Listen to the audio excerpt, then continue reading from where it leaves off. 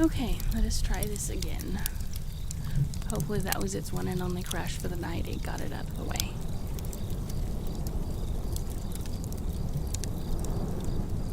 And I don't know exactly where I left off, so I'm just going to start at the beginning of the page.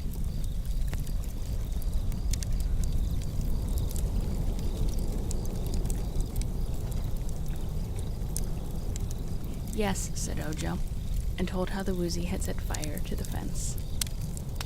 Have you any other accomplishments? Asked the Scarecrow. I have a most terrible growl. That is, sometimes, said the woozy, as Scraps laughed merrily and the Shaggy Man smiled. But the Patchwork Girl's laugh made the Scarecrow forget all about the woozy. He said to her, What an admirable young lady you are, and what jolly good company. We must be better acquainted, for never before have I met a girl with such exquisite coloring or such natural, artless manners. No wonder they call you the wise Scarecrow, replied Scraps. When you arrive at the Emerald City, I will see you again, continued the Scarecrow. Just now I am going to call upon an old friend, an ordinary young lady named Ginger, who has promised to repaint my left ear for me. You may have noticed that the paint on my left ear has peeled off and faded, which affects my hearing on that side. Ginger always fixes me up when I get weather-worn. When do you expect to return to the Emerald City? Asked the Shaggy Man. I'll be there this evening, for I'm anxious to have a long talk with Miss Scraps. How is it, Sawhorse? You are equal to a swift run? Anything that suits you suits me, returned the wooden horse. So the Scarecrow mounted the jeweled saddle and waved his hat, and the Sawhorse darted away so swiftly that they were out of sight in an instant. Thank you, Wanagi. Honestly, I wish I knew why the display drivers have to crash at least once a day. Always when I'm streaming.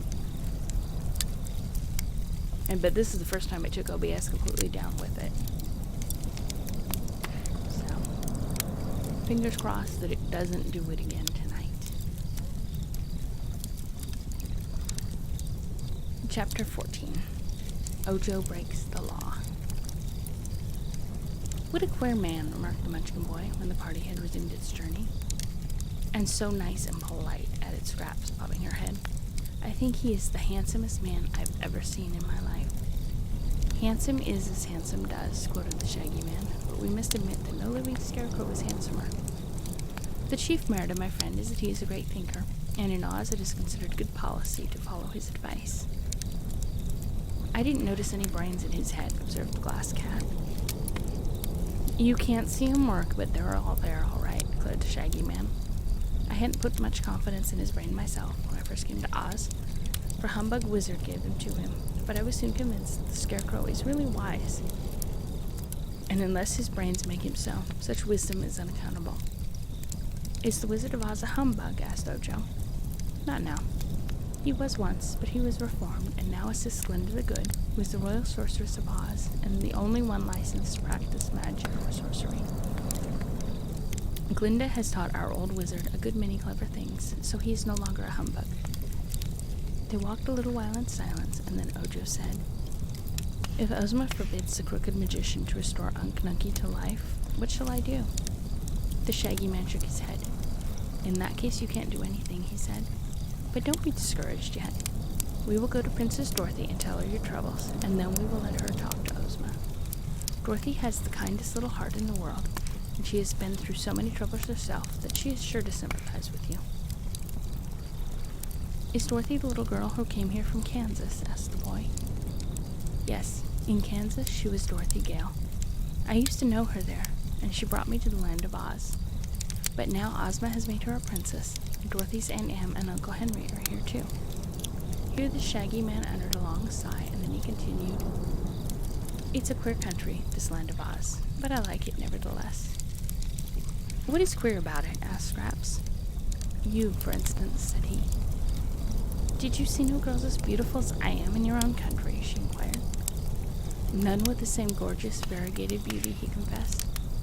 In America, a girl stuffed with cotton wouldn't be alive, nor would anyone think of making a girl out of patchwork quilt.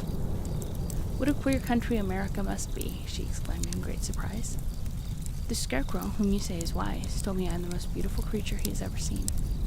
I know, and perhaps you are, from a Scarecrow point of view, replied the Shaggy Man. but why he smiled as he said it, Scraps could not imagine. As they drew nearer to the Emerald City, the travelers were filled with admiration for the splendid sorcery they beheld. Handsome houses stood on both sides of the road, and each had a green lawn before it, as well as a pretty flower garden. "In another hour," said the Shaggy Man, "we shall come in sight of the walls of the royal city." He was walking ahead with Scraps, and behind them came the Woozy and the Glass Cat. Ojo had lagged behind, for in spite of the warning he had received, the boy's eyes were fastened on the clover that bordered the road of yellow bricks, and he was eager to discover if such a thing as a six-leaved clover really existed.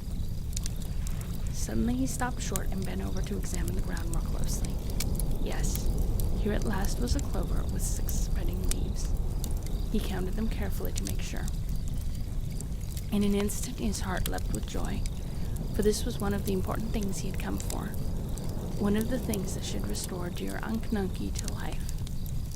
He glanced ahead and saw that none of his companions was looking back.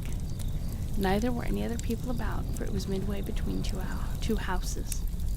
The temptation was too strong to be resisted. "I might search for weeks and weeks and never find another 6-leaved clover," he told himself, and quickly plucking the stem from the plant, he placed the prized clover in his basket, covering it with the other things he carried there. Then, trying to look as if nothing had happened, he hurried forward and overtook his companions.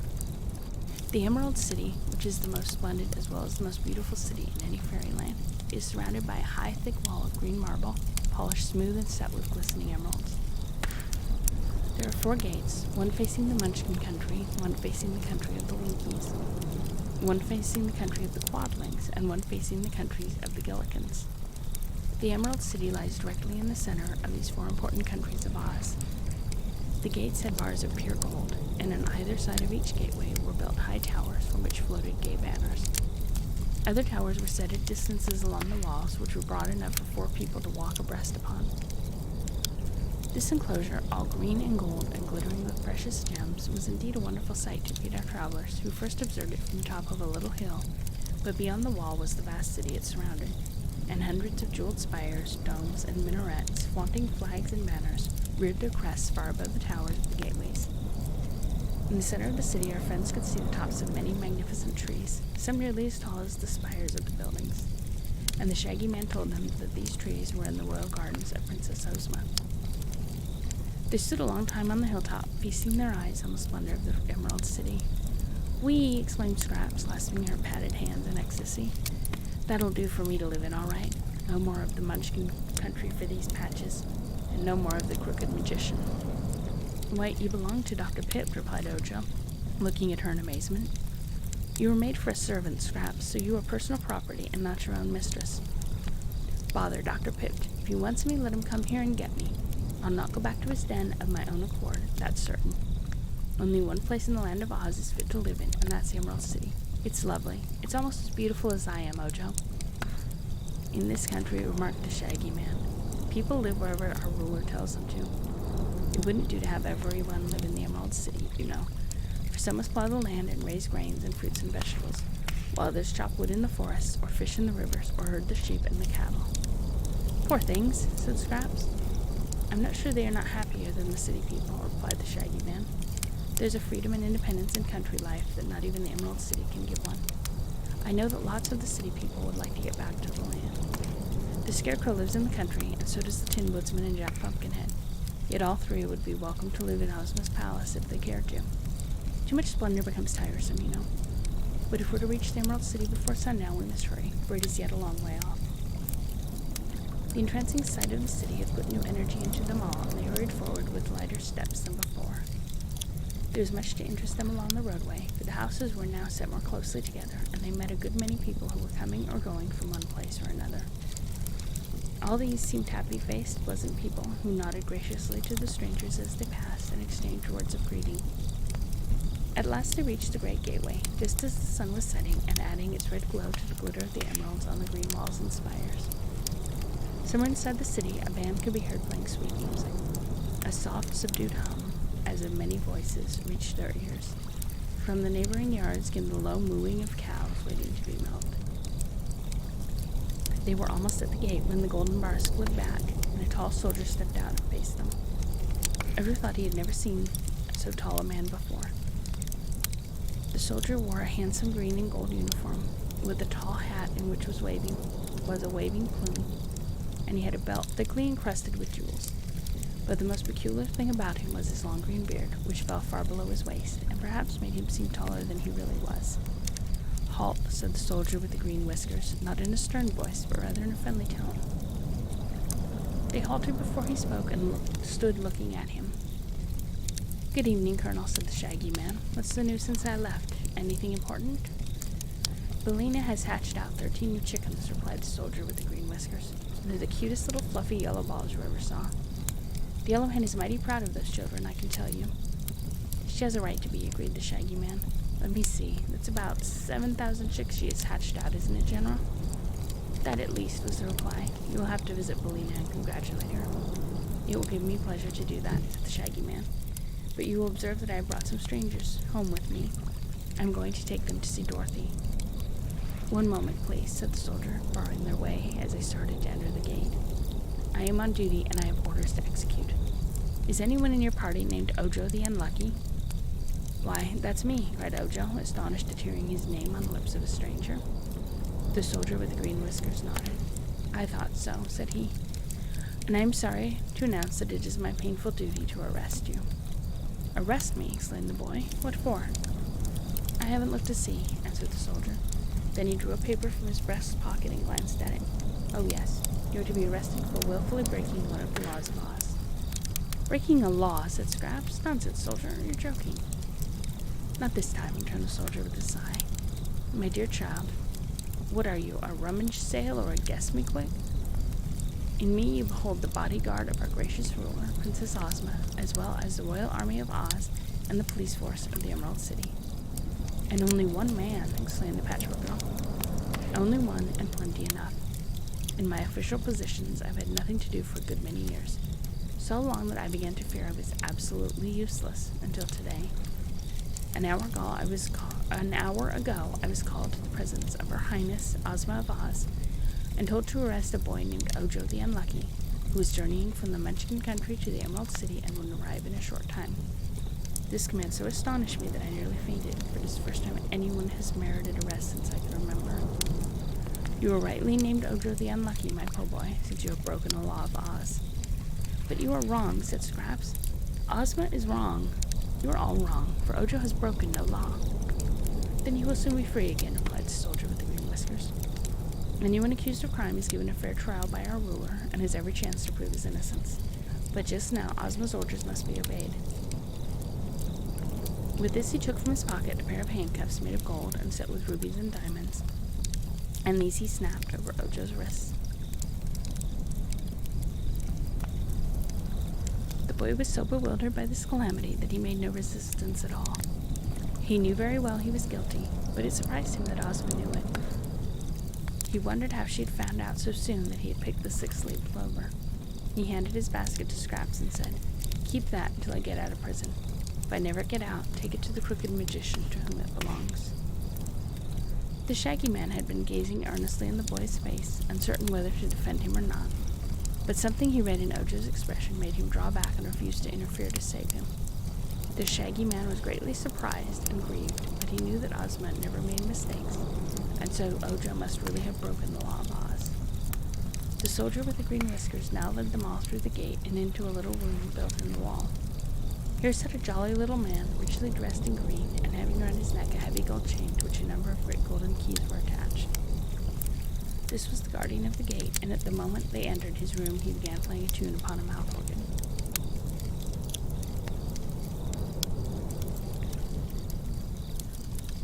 "Listen," he said, holding up his hand for silence.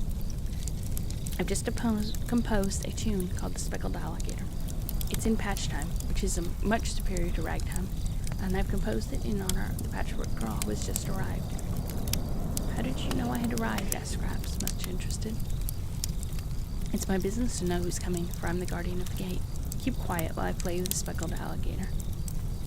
It wasn't a very bad tune, nor a very good one, but all listened respectfully while he shut his eyes and swayed his head from side to side and blew the notes from the little instrument. When it was all over, the soldier with the green whiskers said, "Guardian, I have here a prisoner." Good gracious, a prisoner, cried the little man, jumping from his chair. Which one? Not the shaggy man? No, this boy. Ah, I hope his fault is as small as himself, said the guardian of the gate. But what can he have done, and what made him do it? Can't say, replied the soldier. All I know is that he's broken the law. But no one ever does that. Then he must be innocent and soon will be released. I hope you are right, guardian. Just now I am ordered to take him to prison. Get me a prisoner's robe from your official wardrobe. The guardian unlocked a closet and took from it a white robe which the soldier threw over Ojo. It covered him from head to foot, but had 2 holes just in front of his eyes so he could see where to go. In this attire, the boy presented a very quaint appearance. As the guardian unlocked a gate leading from his room into the streets of the Emerald City, the shaggy man said to Scraps, I think I shall take you directly to Dorothy, as the Scarecrow advised, and the Glass Cat and the Woozy may come with us. Ojo must go to prison with the soldier with the green whiskers, but he will be well treated, and you need not worry about him. What will they do with him? Asked Scraps. That I cannot tell. Since I came to the land of Oz, no one has ever been arrested or imprisoned, until Ojo broke the law. Seems to me that girl Rule of yours is making a big fuss over nothing, remarked Scraps, tossing her yarn hair out of her eyes with a jerk of her patched head. I don't know what Ojo has done, but it couldn't be anything very bad, for you and I were with him all the time. The shaggy man made no reply to this speech, and presently the Patchwork Girl forgot all about Ojo in her admiration of the wonderful city she had entered. They soon separated from the Munchkin boy, who was led by the soldier with the green whiskers down a side street towards the prison. Ojo felt very miserable and greatly ashamed of himself, but he was beginning to grow angry because he was treated in such a disgraceful manner. Instead of entering the splendid Emerald City as a respectable traveler who was entitled to a welcome and hospitality, he was being brought in as a criminal, handcuffed, and in a robe that told all he met of his deep disgrace. Ojo was by nature gentle and affectionate, and if he had disobeyed the law of Oz, it was to restore his dear Unc Nunkie to life. His fault was more thoughtless than wicked, but that did not alter the fate that he had committed a fault. At first he had felt sorrow and remorse, but the more he thought about the unjust treatment he had received, unjust merely because he considered it so, the more he resented his arrest, blaming Ozma for making foolish laws and then punishing folks who broke them. Only a 6-leaved clover, a tiny green plant growing neglected and trampled underfoot. What harm could there be in picking it? Ojo began to think Ozma must be a very bad and oppressive ruler for such a lovely fairyland as Oz. The shaggy man said the people loved her, but how could they? The little Munchkin boy was so busy thinking these things, which many guilty prisoners have thought before him, that he scarcely noticed all the splendor of the city streets through which they passed. Whenever they met any of the happy, smiling people, the boy turned his head away in shame, although none knew who was beneath the robe. By and by they reached a house built just beside the great city wall, but in a quiet, retired place. It was a pretty house, neatly painted and with many windows. Before it was a garden filled with blooming flowers. The soldier with the green whiskers led Ojo up the gravel path to the front door, on which he knocked. A woman opened the door, and seeing Ojo in his white robe, exclaimed, "Goodness me, a prisoner at last. But what a small one, soldier." "The size doesn't matter, Tollydiggle, my dear. The fact remains that he is a prisoner," said the soldier. "And this being the prison, and you the jailer, it is my duty to place the prisoner in your charge." "True. Come in, then, and I'll give you a receipt for him." They entered the house and passed through a hall to a large circular room, where the woman pulled the robe off from Ojo and looked at him with kindly interest. The boy, on his part, was gazing around him in amazement, for never had he dreamed of such a magnificent apartment in which he stood. The roof of the dome was of colored glass, worked into beautiful designs. The walls were paneled with plates of gold decorated with gems of great size and many colors, and upon the tiled floor was soft rugs delightful to walk upon. The furniture was framed in gold and upholstered in satin brocade, and it consisted of easy chairs, divans, and stools in great variety. Also, there were several tables with mirror tops and cabinets filled with rare and curious things. In one place, a case filled with books stood against the wall, and elsewhere Ojo saw a cupboard containing all sorts of games. "May I stay here a little while before I go to prison?" asked the boy fleetingly. "Why, this is your prison," replied Tollydiggle, "and in me behold your jailer. Take off those handcuffs, soldier, for it is impossible for anyone to escape from this house." "I know that very well," replied the soldier. and at once unlocked the handcuffs and released the prisoner. The woman touched a button on the wall and lighted a big chandelier that hung suspended from the ceiling, for it was growing dark outside. Then she seated herself at a desk and asked, "What is your name?" "Ojo the Unlucky," answered the soldier with the green whiskers. "Unlucky? Ah, that accounts for it," said she. "What crime?" "Breaking a law of Oz." "All right, here's your receipt, soldier. And now I'm responsible for the prisoner. I'm glad of it, for this is the first time I've ever had anything to do in my official capacity," remarked the jailer in a pleased tone. "It's the same with me, Tollydiggle," laughed the soldier. "But my task is finished, and I must go and report to Ozma that I've done my duty like a faithful police force, a loyal army, and an honest bodyguard, as I hope I am." Saying this, he nodded farewell to Tollydiggle and Ojo and went away. "Now then," said the woman briskly, "I must get you some supper, for you are doubtless hungry. What would you prefer? Planked whitefish, omelet with jelly, or a mutton chop with gravy?" Ojo thought about it. Then he said, "I'll take the chops, if you please." "Very well. Amuse yourself while I'm gone. I won't be long." And then she went out by a door and left the prisoner alone. Ojo was much astonished, for not only was this unlike any prison he had ever heard of, but he was being treated more as a guest than a criminal. There were many windows, and they had no locks. There were 3 doors to the room, and none were bolted. He cautiously opened one of the doors and found it led to a hallway. But he had no intention of trying to escape. If his jailer was willing to trust him in this way, he would not betray her trust. And moreover, a hot supper was being prepared for him, and this prison was very pleasant and comfortable. So he took a book from the case and sat down in a big chair to look at the pictures. This amused him until the woman came in with a large tray and spread a cloth upon one of the tables. Then she arranged his supper, which proved the most varied and delicious meal Ojo had ever eaten in his life. Tollydiggle sat near him while he ate, sewing on some fancy work that she held in her lap. When he had finished, she cleared the table and then read to him a story from one of the books. "Is this really a prison?" he asked when he had finished reading. "Indeed it is," he replied. "It is the only prison in the land of Oz." "And am I a prisoner?" "Bless the child, of course."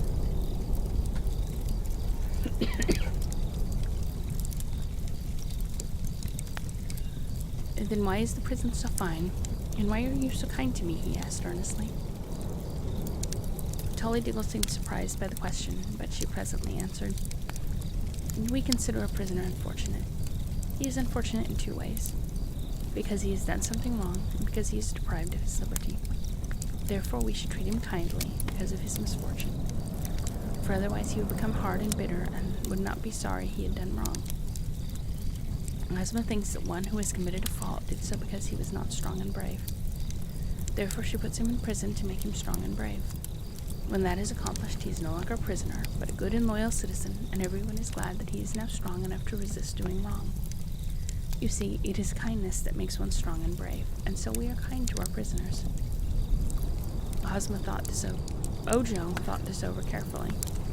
"I had an idea," said he, "that prisoners were always treated harshly to punish them." "That would be dreadful," cried Tollydiggle. "Isn't one punished enough in knowing he has done wrong? Don't you wish, Ojo, with all your heart, that you had not been disobedient and broken a law of Oz?" I hate to be different from other people," he admitted. "Yes, one likes to be respected as highly as his neighbors are," said the woman. "When you are tried and found guilty, you will be obliged to make amends in some way. I don't know just what Ozma will do to you, because this is the first time one of us has broken a law, but you may be sure she will be just and merciful. Here in the Emerald City, people are too happy and contented ever to do wrong. But perhaps you came from some faraway corner of our land, and having no love for Ozma, carelessly broke one of her laws." "Yes," said Ojo. "I've lived all my life in the heart of a lonely forest, where I saw no one but dear Unc Nunkie." "I thought so," said Tollydiggle. "But now we have talked enough, so let us play a game until bedtime."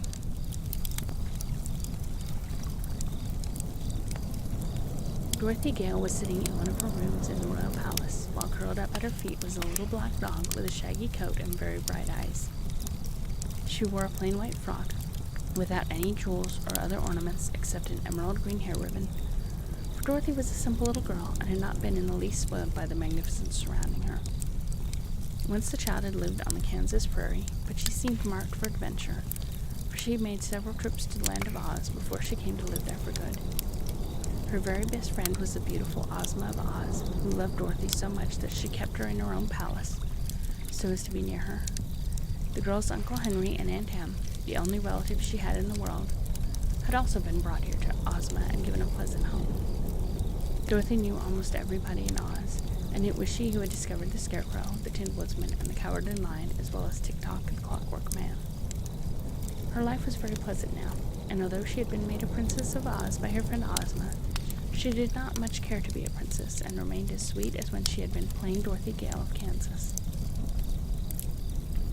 Dorothy was reading in a book this evening when Jellia Jam, the favorite servant maid of the palace, came to say that the Shaggy Man wanted to see her. "All right," said Dorothy. "Tell him to come right up. But he has some queer creatures with him, some of the queerest I've ever laid eyes on," reported Jellia. "Never mind, let 'em all come up," replied Dorothy. When the door opened to admit not only the Shaggy Man, but Scraps, the Woozy, and the Glass Cat, Dorothy jumped up and looked at her strange visitors in amazement. The Patchwork Girl was the most curious of all, and Dorothy was uncertain at first whether Scraps was really alive or only a dream or a nightmare. Toto, her dog, slowly uncurled himself and going to the Patchwork Girl, sniffed at her inquiringly. But soon he lay down again, as if to say he had no interest in such an irregular creation. "You're a new one to me," Dorothy said, reflectively, addressing the Patchwork Girl. "I can't imagine where you've come from." "Who, me?" asked Scraps, looking round the pretty room instead of at the girl. "Oh, I came from a bed quilt, I guess. That's what they say, anyhow. Some call it a crazy quilt and some a patchwork quilt. But my name is Scraps, and now you know all about me." "Not quite all," returned Dorothy with a smile. "I wish you'd tell me how you came to be alive." "That's an easy job," said Scraps, sitting upon a big upholstered chair and making the springs bounce up and down. "Margaret wanted a slave, so she made me out of an old bed quilt she didn't use. Cotton stuffing, suspender button eyes, red velvet tongue, pearl beads for teeth. The crooked magician made a powder of life, sprinkled me with it, and here I am. Perhaps you've noticed my different colors. A very refined and educated gentleman named the Scarecrow, whom I met, told me I'm the most beautiful creature in all Oz, and I believe it." "Oh, have you met our Scarecrow, then?" asked Dorothy, a little puzzled to understand the brief history related. "Yes. Isn't he jolly?" "The Scarecrow has many good qualities," replied Dorothy. "But I'm sorry to hear all this about the crooked magician. Ozma will be mad as hops when she hears he's been doing magic again. She told him not to." "He only practices magic for the benefit of his own family," explained Bungle, who was keeping at a respectful distance from the little black dog. "Dear me," said Dorothy. "I hadn't noticed you before. Are you glass or what?" "I'm glass and transparent too, which is more than can be said for some folks," answered the cat. "Also, I have lovely pink brains. You can see 'em work." "Oh, is that so? Come over here and let me see." The Glass Cat hesitated, eyeing the dog. "Send that beast away, and I will," she said. "Beast? Oh, that's my dog Toto. He's the kindest dog in all the world. Toto knows a good many things, too. Most as much as I do, I guess." "Why doesn't he say anything?" asked Bungle. "He can't talk, not being a fairy dog," explained Dorothy. "He's just a common United States dog. But that's a good deal, and I understand him, and he understands me just as well as if he could talk." Toto at this got up and rubbed his head softly against Dorothy's hand, which she held out to him, and he looked up into her face as if he had understood every word she had said. "This cat, Toto," she said to him, "is made of glass, so you mustn't bother it or chase it any more than you do my pink kitten. It's probably brittle and might break if it was bumped against anything." "Woof," said Toto, and that meant he understood. The Glass Cat was so proud of her pink brains that she ventured to come close to Dorothy in order that the girl might see 'em work. This was really interesting, but then Dorothy patted the cat and she found the glass cold and hard and unresponsive, so she decided at once that Bungle would never do for a pet. "What do you know about the crooked magician who lives on the mountain?" asked Dorothy. "He made me," replied the cat, "so I know all about him. The Patchwork Girl is new, 3 or 4 days old, but I've lived with Dr. Pip for years, and though I don't much care for him, I would say that he has always refused to work magic for any of the people who come to his house. He thinks there's no harm in doing some magic things for his own family, and he made me out of glass because the meat cats drink too much milk. He also made Scraps come to life so she could do the housework for his wife, Margaret." "Then why did you both leave him?" asked Dorothy. "I think you'd better let me explain that," interrupted the Shaggy Man. And then he told Dorothy all of Ojo's story, and how Unc Nunky and Margaret had accidentally been turned to marble by the liquid of petrification. Then he related how the boy had started out in search of the things needed to make the magic charm which would restore the unfortunates to life, and how he had found the woozy and taken him along because he could not pull the 3 hairs out of its tail. Dorothy listened to all this with much interest, and thought that so far Ojo had acted very well. But when the Shaggy Man told her of the Munchkin boy's arrest by the soldier with the green whiskers, because he was accused of willfully breaking a law of Oz, the little girl was greatly shocked. "What do you suppose he's done?" she asked. "I fear he has picked a 6-leaved clover," answered the Shaggy Man sadly. "I did not see him do it, and I warned him that to do so was against the law, but perhaps that is what he did nevertheless."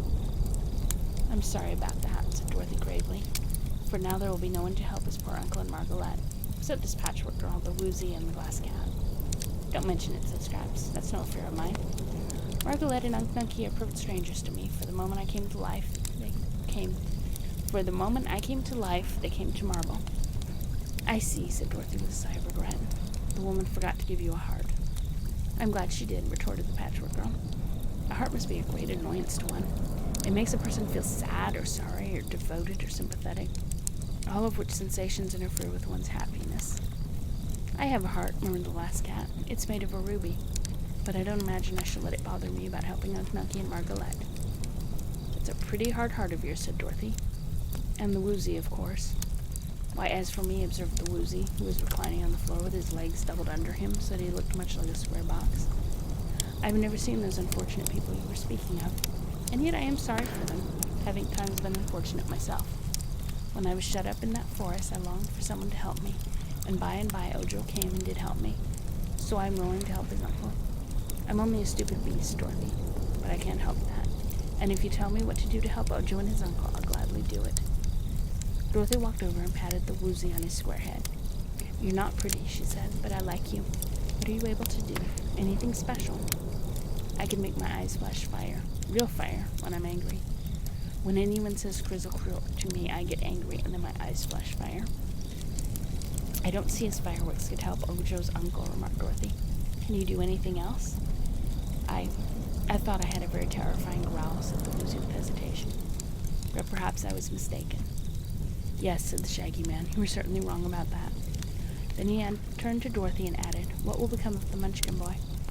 "I don't know," she said, shaking her head thoughtfully. Ozma will see him about it, of course, and then she'll punish him. But how, I don't know, because no one ever has been punished in Oz since I knew anything about the place. Too bad, Shaggy Man, isn't it?" While they were talking, Scraps had been roaming around the room and looking at all the pretty things it contained.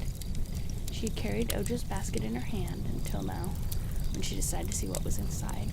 She found the bread and cheese, which she had no use for, and the bundle of charms, which were curious but quite a mystery to her. Then, turning these over, she came upon the 6-leaved clover which the boy had plucked. Scraps was quick-witted, and though she had no heart, she recognized the fact that Ojo was her first friend. She knew at once that because the boy had taken the clover, he had been imprisoned, and she understood that Ojo had given her the basket so that they would not find the clover in his possession and have proof of his crime. So, turning her head to see that no one noticed, she took the clover from the basket and dropped it onto a golden vase that stood on Dorothy's table. Then she came forward and said to Dorothy, "I wouldn't care to help Ojo's uncle, but I will help Ojo. He did not break the law, no one can prove he did, and that green-whiskered soldier had no right to arrest him." "Ozma ordered the boy's arrest," said Dorothy, "and of course she knew what she was doing. But if you can prove Ojo is innocent, then they will set him free at once." "They'll have to prove him guilty, won't they?" asked Scraps. "I suppose so. Well, they can't do that," declared the Patchwork girl. As it was nearly time for Dorothy to dine with Ozma, which she did every evening, she rang for a servant and ordered the Woozy taken to a nice room and given plenty of such food as he liked best. "That's honeybees," said the Woozy. "You can't eat honeybees, but she'll be given something just as nice," Dorothy told him. And then she had the Glass Cat taken to another room for the night, and the Patchwork girl she kept in one of her own rooms, for she was much interested in the strange creature, and wanted to talk with her again and try to understand her better. "Hey, Kiko Pigeons, how are you? It's good to see you here."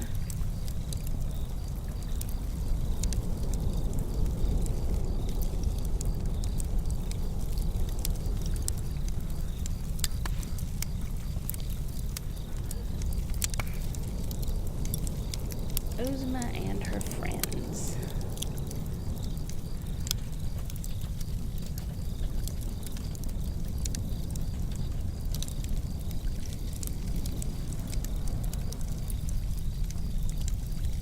The Shaggy Man had a room of his own in the royal palace, so there he went to change his shaggy suit of clothes for another just as shaggy but not so dusty from travel.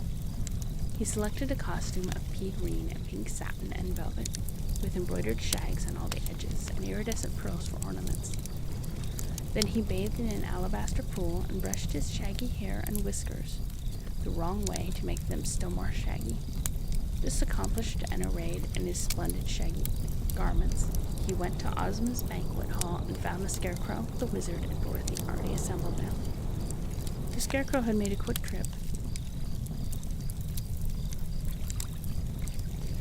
and reacquainted, as she said, and receiving advice from the Shaggy Man as to where they must go.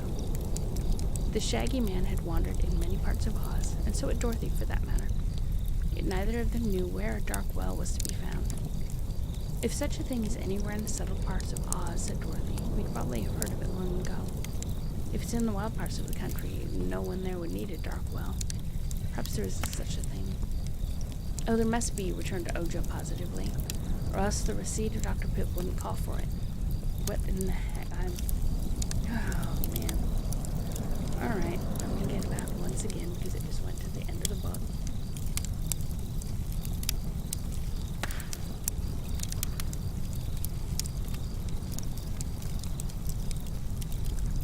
Okay, let us begin this chapter again, hopefully this time not skipping several pages.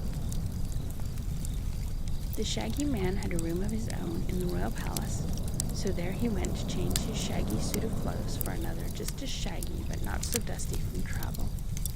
He selected a costume of pea green and pink satin and velvet, with embroidered shags on all the edges and iridescent pearls for ornaments. Then he bathed in an alabaster pool and brushed his shaggy hair and whiskers the wrong way to make them still more shaggy. This accomplished, and arrayed in his splendid shaggy garments, he went to Ozma's banquet hall and found the Scarecrow, the Wizard, and Dorothy already assembled there. The Scarecrow had made a quick trip and returned to the Emerald City with his left ear freshly painted. A moment later, while they all stood in waiting, a servant threw open a door, the orchestra struck up a tune, and Ozma of Oz entered. Much has been told and written concerning the beauty of person and character of this sweet girl ruler of the land of Oz, the richest, the happiest, and most delightful fairyland of which we have any knowledge. Yet with all her queenly qualities, Ozma was a real girl and enjoyed the things in life that other real girls enjoy. When she sat on her splendid emerald throne in the great throne room of her palace and made laws and settled disputes and tried to keep all her subjects happy and content, she was as dignified and demure as any queen might be. But when she had thrown aside her jeweled robe of state and scepter and had retired to her private apartments, the girl, the joyous, light-hearted, and free, replaced the sedate ruler. In the banquet hall tonight were gathered only old and trusted friends, so here Ozma was herself, a mere girl. She greeted Dorothy with a kiss, the Shaggy Man with a smile, the little old Wizard with a friendly handshake, and then she pressed the Scarecrow's stuffed arm and cried merrily, "What a lovely left ear! Why, it's 100 times better than the old one." "Glad you like it," replied the Scarecrow, well pleased. "Ginger did a neat job, didn't she? And my hearing is now perfect. Isn't it wonderful what a little paint will do if it's properly applied?" "It really is wonderful," she agreed, as they all took their seats. "But the sawhorse must have made his legs twinkle to have carried you so far in one day. I didn't expect you back before tomorrow at the earliest." "Well," said the Scarecrow, "I met a charming girl on the road and wanted to see more of her, so I hurried back." Ozma laughed. "I know," she returned, "it's the Patchwork girl. She's certainly bewildering, if not strictly beautiful." "Have you seen her, then?" the straw man asked eagerly. "Only in my magic picture, which shows me all scenes of interest in the land of Oz." "I fear the picture didn't do her justice," said the Scarecrow. "It seemed to me that nothing could be more gorgeous," declared Ozma. "Whoever made that patchwork quilt from which scraps were formed must have selected the gayest and brightest bits of cloth that ever were woven." "I'm glad you like her," said the Scarecrow in a satisfied tone. Although the straw man did not eat, not being made so, he could, and he often. Although the straw man did not eat, not being made so he could, he often dined with Ozma and her companions, merely for the pleasure of talking with them. He sat at the table and had a napkin and plate, but the servants knew better than to offer him food. After a little while he asked, "Where is the Patchwork girl now?" "In my room," replied Dorothy. I've taken a fancy to her. She's so queer and uncommon. She's half crazy, I think, said the Shaggy Man. But she's so beautiful, exclaimed the Scarecrow, as if that fact disarmed all criticism. They all laughed at his enthusiasm, but the Scarecrow was quite serious. Seeing that he was interested in Scraps, they forbade to say anything against her. The little band of friends Ozma had gathered around her was so quaintly assorted that much care must be exercised to avoid hurting their feelings or making any one of them unhappy. It was this considerate kindness that held them close friends and enabled to enjoy one another's society. Another thing they avoided was conversing on unpleasant subjects, and for that reason Ojo and his troubles were not mentioned during the dinner. The Shaggy Man, however, related his adventures with the monstrous plants which had seized and enfolded the travelers, and told how he had robbed Chiss, the giant porcupine, of the quills which it had accustomed to throw at people. Both Dorothy and Ozma were pleased with this exploit and thought it served just right. Then they talked of the Woozy, which was the most remarkable animal any of them had ever seen, except perhaps the live sawhorse. Ozma had never known that her dominions contained such a thing as a Woozy, there being but one in existence, and this being confined in this forest for many years. Dorothy said she believed the Woozy was a good beast, honest and faithful, but she added that she did not much care for the Glass Cat. Still, said the Shaggy Man, the Glass Cat is very pretty, and if she were not so conceited over her pink brains, no one would object to her as a companion. The Wizard had been eating silently until now, when he looked up and remarked, "The powder of life which is made by the Crooked Magician is really a wonderful thing, but Dr. Pip does not know its true value, and he uses it in the most foolish ways." "I must see about that," said Ozma gravely. Then she smiled again and continued in a lighter tone. "It was Dr. Pip's famous powder of life that enabled me to become the ruler of Oz." "I've never heard that story," said the Shaggy Man, looking at Ozma questioningly. "Well, when I was a baby girl, I was stolen by an old witch named Mombi and transformed into a boy," began the girl ruler. "I did not know who I was, and when I grew big enough to work, the witch made me wait upon her and carry wood for the fire and hoe in the garden. One day she came back from a journey, bringing some of the powder of life which Dr. Pip had given her. I had made a pumpkin-headed man and set it in her path to frighten her, for I was fond of fun and hated the witch. But she knew what the figure was, and to test her powder of life she sprinkled some of it on the man I had made. It came to life and is now our dear friend Jack Pumpkinhead. That night I ran away with Jack to escape punishment, and I took old Mombi's powder of life with me. During our journey we came upon a wooden sawhorse standing by the road, and I used the magic powder to bring it to life. The sawhorse has been with me ever since. When I got to the Emerald City, the good sorceress Glinda knew who I was and restored me to my proper person. When I became the rightful ruler of this land. So you see, had not old Mombi brought home the powder of life, I might never have run away from her and become Ozma of Oz. Nor would we have had Jack Pumpkinhead and the sawhorse to comfort and amuse us." This story interested the Shaggy Man very much, as well as the others who had often heard it before. The dinner being now concluded, they all went to Ozma's drawing room, where they passed a pleasant evening before it came time to retire. The next morning, the soldier with the green whiskers went to the prison and took Ojo away to the royal palace, where he was summoned to appear before the girl ruler for judgment. Again the soldier put upon the boy the jeweled handcuffs and white prisoner's robe with a peaked top and holes from the eyes. Ojo was so ashamed, both of his disgrace and the fault he had committed, that he was glad to be covered up in this way, so that people could not see him or know who he was. He followed the soldier with the gray whiskers very willingly, anxious that his fate might be decided as soon as possible. The inhabitants of the Emerald City were polite people and never jeered at the unfortunate, but it was so long since they had seen a prisoner that they cast many curious looks towards the boy, and many of them hurried away to the royal palace to be present during the trial. When Ojo was escorted into the great throne room of the palace, he found hundreds of people assembled there. In the magnificent emerald throne, which sparkled with countless jewels, sat Ozma of Oz in her robe of state, which was embroidered with emeralds and pearls. On her right, but a little lower, was Dorothy, and on her left was the Scarecrow.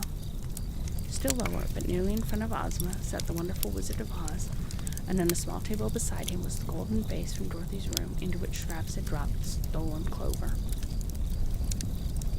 At Ozma's feet crouched two enormous beasts, each the largest and most powerful of its kind.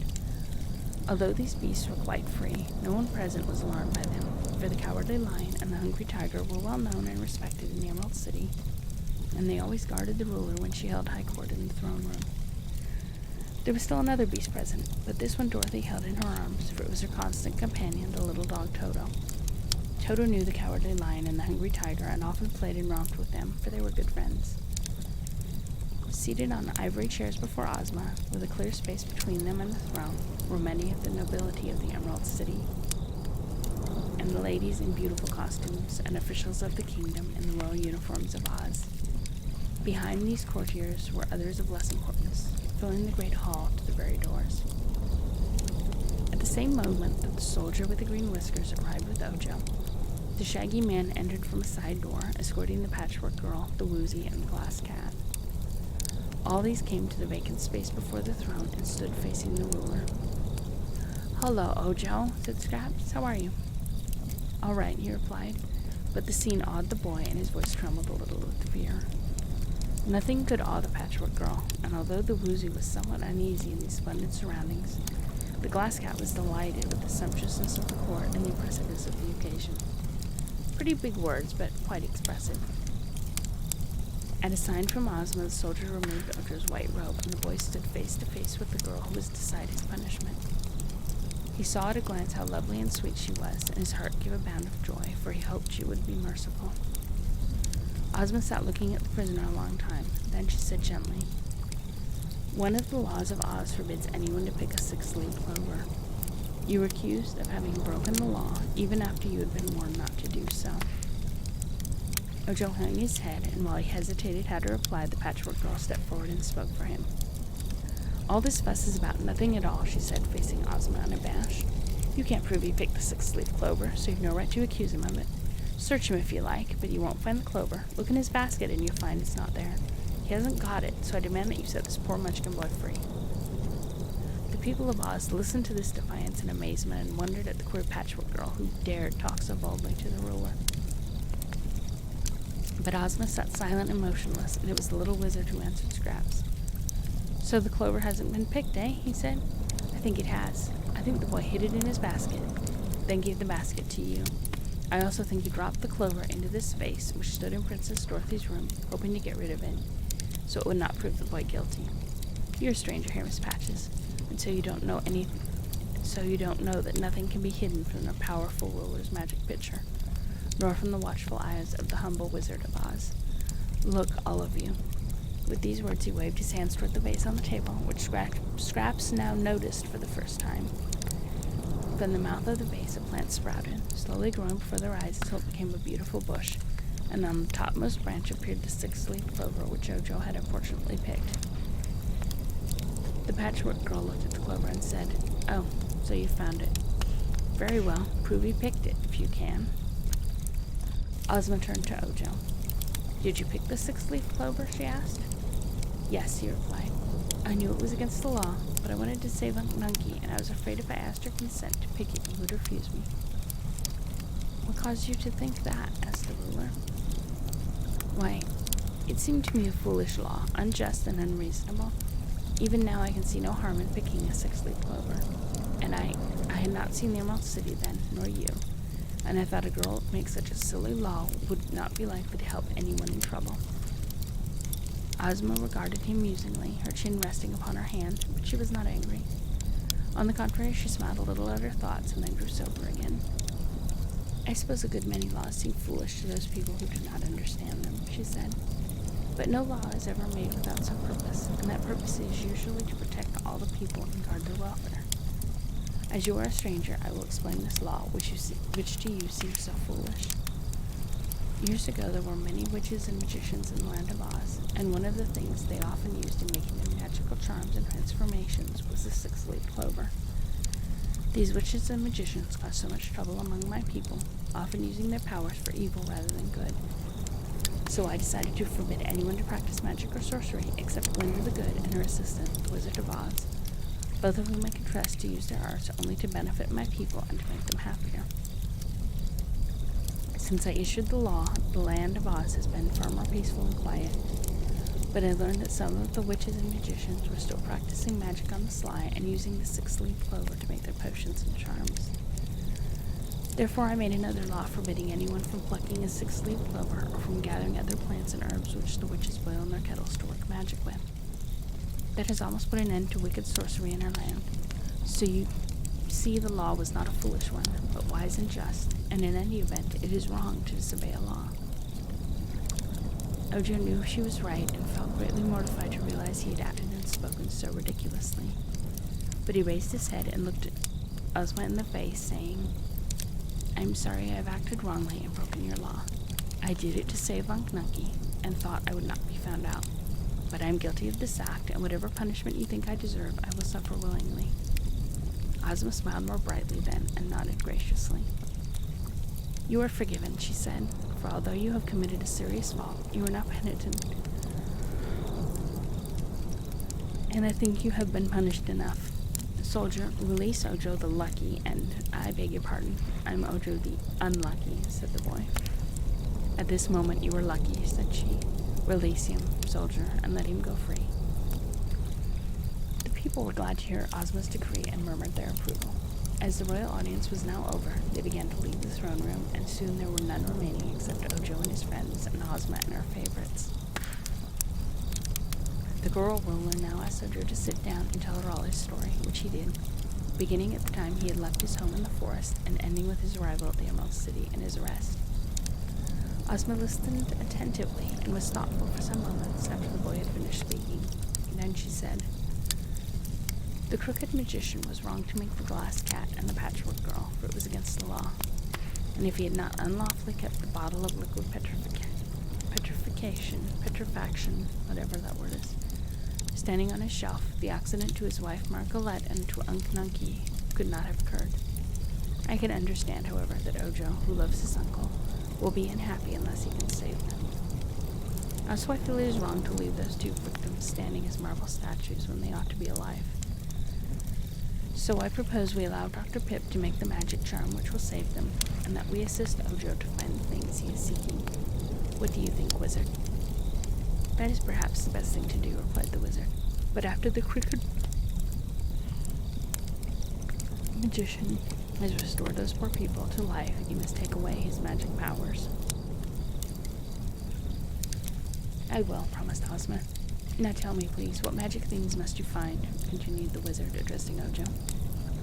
3 hairs from the woozy's tail I have," said the boy.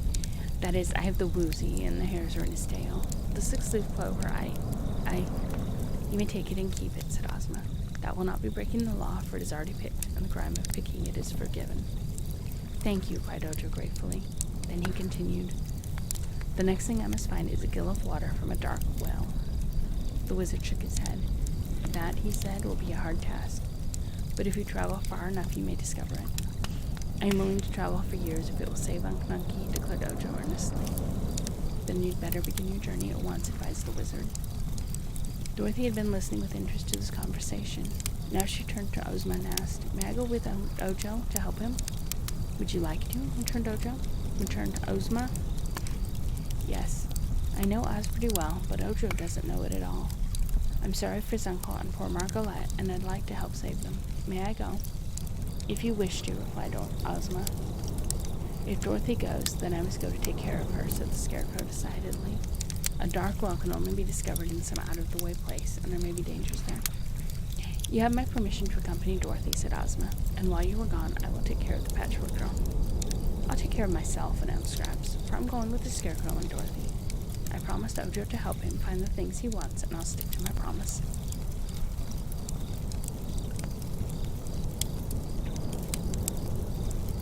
"Very well," replied Ozma. "But I see no need for Ojo to take the glass cat and the woozy." I prefer to remain here," said the cat. "I've nearly been nicked half a dozen times already, and if they're going into dangers, it's best for me to keep away from them." "Let Jelly Jam keep her till Ojo returns," suggested Dorothy. "We won't need to take the woozy either, but he ought to be saved because of the 3 hairs in his tail." "Better take me along," said the woozy. "My eyes can flash fire, you know, and I can growl a little." "I'm sure you'll be safer here," Ozma decided, and the woozy made no further objection to the plan. After consulting together, they decided that Ojo and his party should leave the very next day to search for the gill of water from a dark well. So they now prepared to make preparations for the journey. Ozma gave the Munchkin boy a room in the palace for that night, and the afternoon he passed with Dorothy, getting acquainted, as she said, and receiving advice from the Shaggy Man as to where they must go. The Shaggy Man had wandered in many parts of Oz, and so had Dorothy, for that matter, yet neither of them know where a dark well was to be found. If such a thing is anywhere in the settled parts of Oz, said Dorothy, they'd probably have heard of it long ago. If it's in the wild parts of the country, no one there would need a dark well. Perhaps there isn't such a thing. Oh, there must be, returned Ojo positively, or else the recipe of Dr. Pip wouldn't call for it. That's true, agreed Dorothy.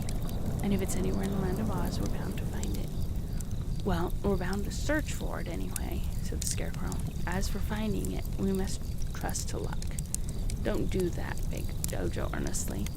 I'm called Ojo the Unlucky, you know.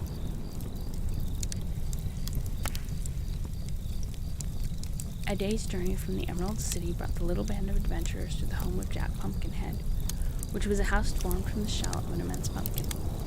Jack had made it himself and was very proud of it. There was a door and several windows, and through the top was stuck a stovepipe that led from a small stove inside. The door was reached by a flight of 3 steps, and there was a good floor on which was arranged some furniture that was quite comfortable. It is certain that Jack Pumpkinhead might have had a much finer house to live in if he had wanted it, for Ozma loved the stupid fellow, who had been her earliest companion. But Jack preferred his pumpkin house, as it matched himself very well, and in this he was not so stupid after all. The body of this remarkable person was made of wood, branches of trees of various sizes having been used for the purpose. This wooden framework was covered by a red shirt with white spots in it, blue trousers, a yellow vest, a jacket of green and gold, and stout leather shoes. The neck was a sharpened stick on which the pumpkin head was set, and the eyes, ears, nose, and mouth were carved on the skin of the pumpkin, very much like a child's jack-o'-lantern. The house of this interesting creation stood in the center of a vast pumpkin field, where the vines grew in profusion and bore pumpkins of extraordinary size, as well as those which were smaller. Some of the pumpkins now ripening on the vines were almost as large as Jack's house, and he told Dorothy he intended to add another pumpkin to his mansion. The travelers were cordially welcomed to this quaint domicile, and invited to pass the night there, which they had planned to do. The Patchwork girl was greatly interested in Jack and examined him admiringly. "You are quite handsome," she said, "but not as really beautiful as the Scarecrow." Jack turned at this to examine the Scarecrow critically, and his old friend slyly winked one painted eye at him. "There is no accounting for taste," remarked the Pumpkinhead with a sigh. "As an old crow once told me, I was very fascinating, but of course the bird might have been mistaken. Yet I have noticed that the crows usually avoid the Scarecrow, who is a very honest fellow, who is white but stuffed.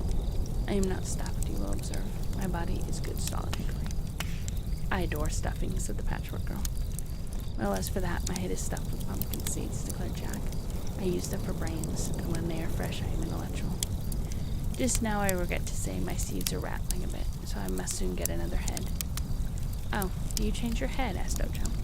"To be sure. Pumpkins are not permanent. Where's the pity, and in time they spoil. That is why I grow such a great field of pumpkins, that I may select a new head whenever necessary." "Who carves the faces on them?" inquired the boy. "I do that myself. I lift off my old head, place it on a table before me, and use the face for a pattern to go by. Sometimes the faces I carve are better than others, more expressive and cheerful, you know, but I think they average very well." Before she had started on the journey, Dorothy had packed a knapsack with the things she might need, and this knapsack the Scarecrow carried strapped to his back. The little girl wore a plain gingham dress and a checked sunbonnet, as she knew they were best fitted for travel. Ojo had also brought along his basket, to which Ozma had added a bottle of square meal tablets and some fruit. But Jack Pumpkinhead grew a lot of things in his garden besides pumpkins, so he cooked for them a fine vegetable soup and gave Dorothy, Ojo, and Toto, the only ones who found it necessary to eat, a pumpkin pie and some green cheese.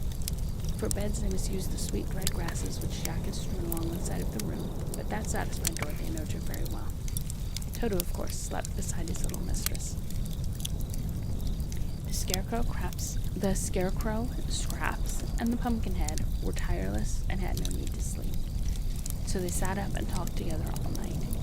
but they stayed outside the house under the bright stars and talked in low tones so as not to disturb the sleepers. During the conversation, the Scarecrow explained their quest for a dark well and asked Jack's advice where to find it.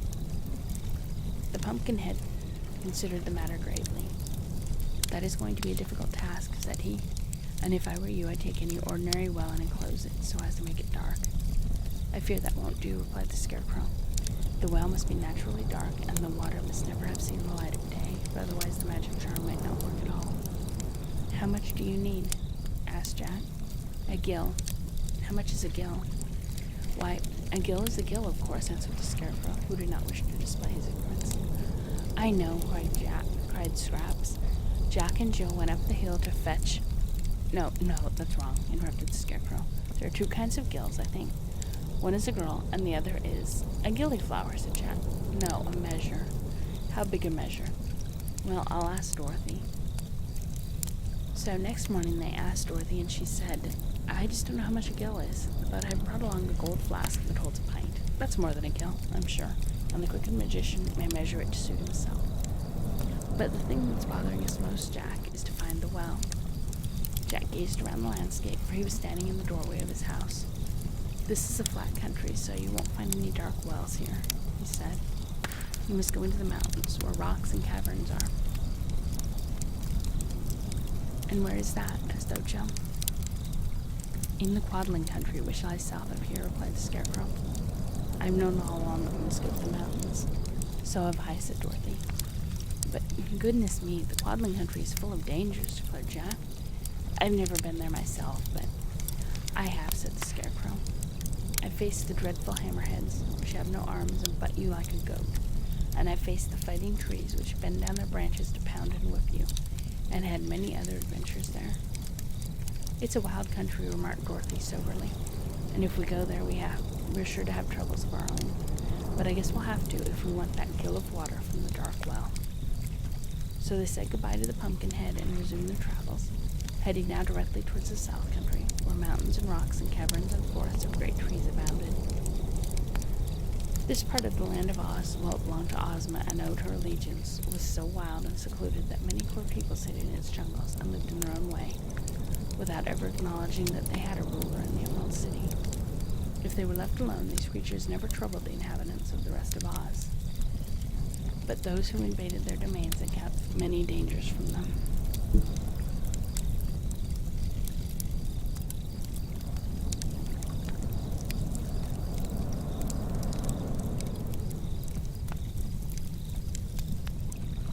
It was a 2 days' journey from Jack Pumpkinhead's house to the edge of the Quadling country, for neither Dorothy nor Ojo could walk very fast, and they often stopped by the wayside to rest.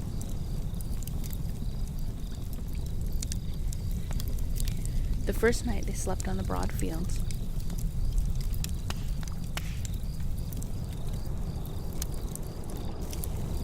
Among the buttercups and daisies, and the Scarecrow covered the children with a gauze blanket taken from his knapsack so they would not be chilled by the night air.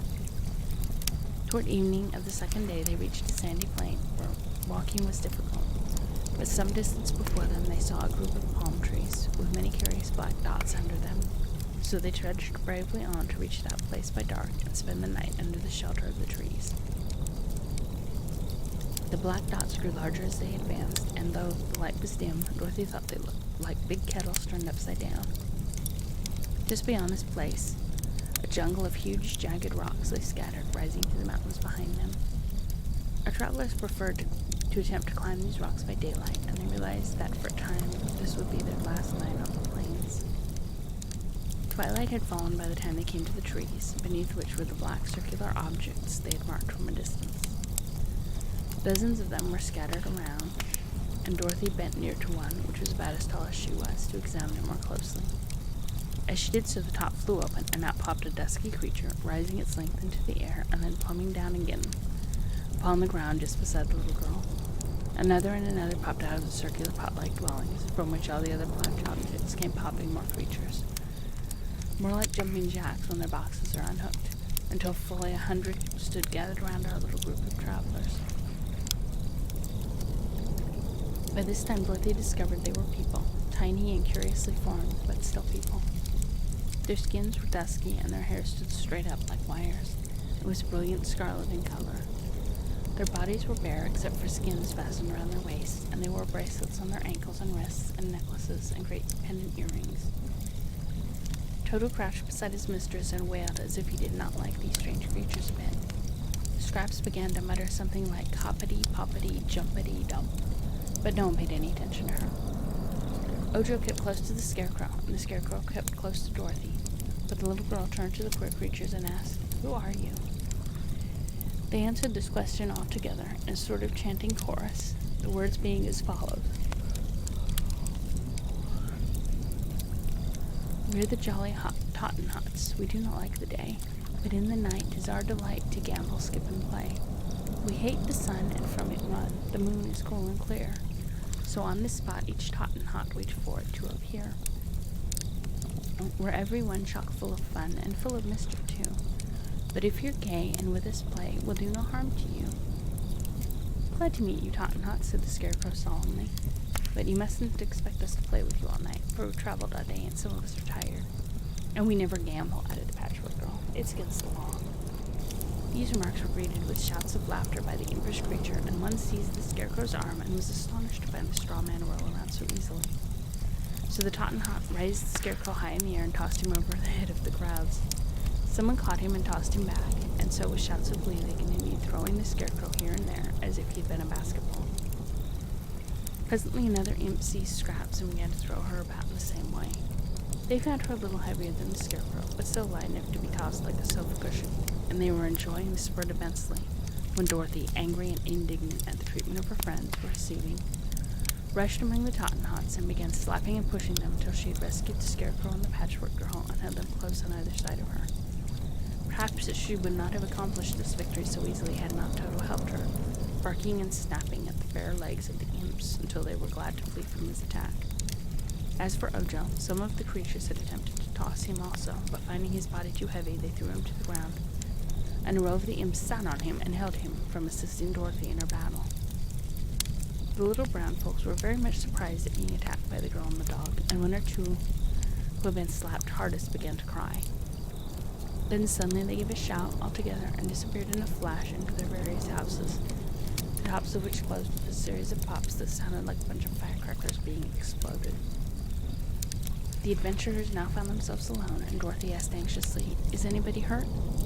"Not me," answered the Scarecrow. "They have given my straw a good shaking up and taken all the lumps out of it. I am now in splendid condition, and am really obliged to the Tottenhots for their kind treatment." "I feel much the same way," said Scraps. "My cotton stuffing had sagged a good deal with the day's walking, and they've loosened it up until I feel plump as a sausage. But the play was a little rough, and I've had quite enough of it when you interfered." "6 of them sat on me," said Ojo, "but they are so little they didn't hurt me much." Just then the roof of the house in front of them opened, and a Tottenhot stuck his head out very cautiously and looked at the strangers. "Can't you take a joke?" he asked reproachfully. "Haven't you any fun in you at all?" "If I had such a quality," replied the Scarecrow, "your people would have knocked it out of me. But I don't bear grudges. I forgive you." "So do I," added Scraps. "That is, if you behave yourselves after this." "It's just a little roughhouse after all," said the Tottenhot. "But the question is not if we will behave, but if you will behave. We can't be shut up here all night, because this is our time to play, nor do we care to come out and be chewed up by a savage beast or slapped by an angry girl. That's not being hurt like 60. Some of my folks are crying about it. So here's the proposition. You let us alone and we'll let you alone." "You began it," declared Dorothy. "Well, you ended it, so we won't argue the matter. May we come out again, or are you still cruel and slappy?" "Tell you what we'll do," said Dorothy. "We're all tired and want to sleep until morning. If you'll let us get into your houses and stay there until daylight, you can play outside all you want." "That's a bargain," cried the Tottenhot eagerly, and he gave a queer whistle that brought his people popping out of their houses on all sides. When the houses before them was vacant, Dorothy and Ojo leaned over the hole and looked in, but could see nothing because it was so dark. But if the Tottenhots slept there all day, the children thought they could sleep there at night, so Ojo lowered himself down and found it was not very deep. "There's soft cushion all over," said he. "Come on in." Dorothy handed Toto to the boy and then climbed in herself. After her came Scraps and the Scarecrow, who did not wish to sleep but preferred to keep out of the way of the mischievous Tottenhots. There seemed no furniture in the round den, but soft cushions were strewn about the floor, and these they found made very comfortable beds. They did not close the hole in the roof, but left it open to admit air. It also admitted the shouts and ceaseless laughter of the impish Tottenhots as they played outside, but Dorothy and Ojo, being weary from their journey, were soon fast asleep. Toto kept an eye out, however, and uttered low, threatening growls whenever the racket made by the creatures outside became too boisterous. And the Scarecrow and the Patchwork Girl sat leaning against the wall and talked in whispers all night long. No one disturbed the travelers until daylight, when in popped the Tottenhot who owned the place and invited them to vacate his premises.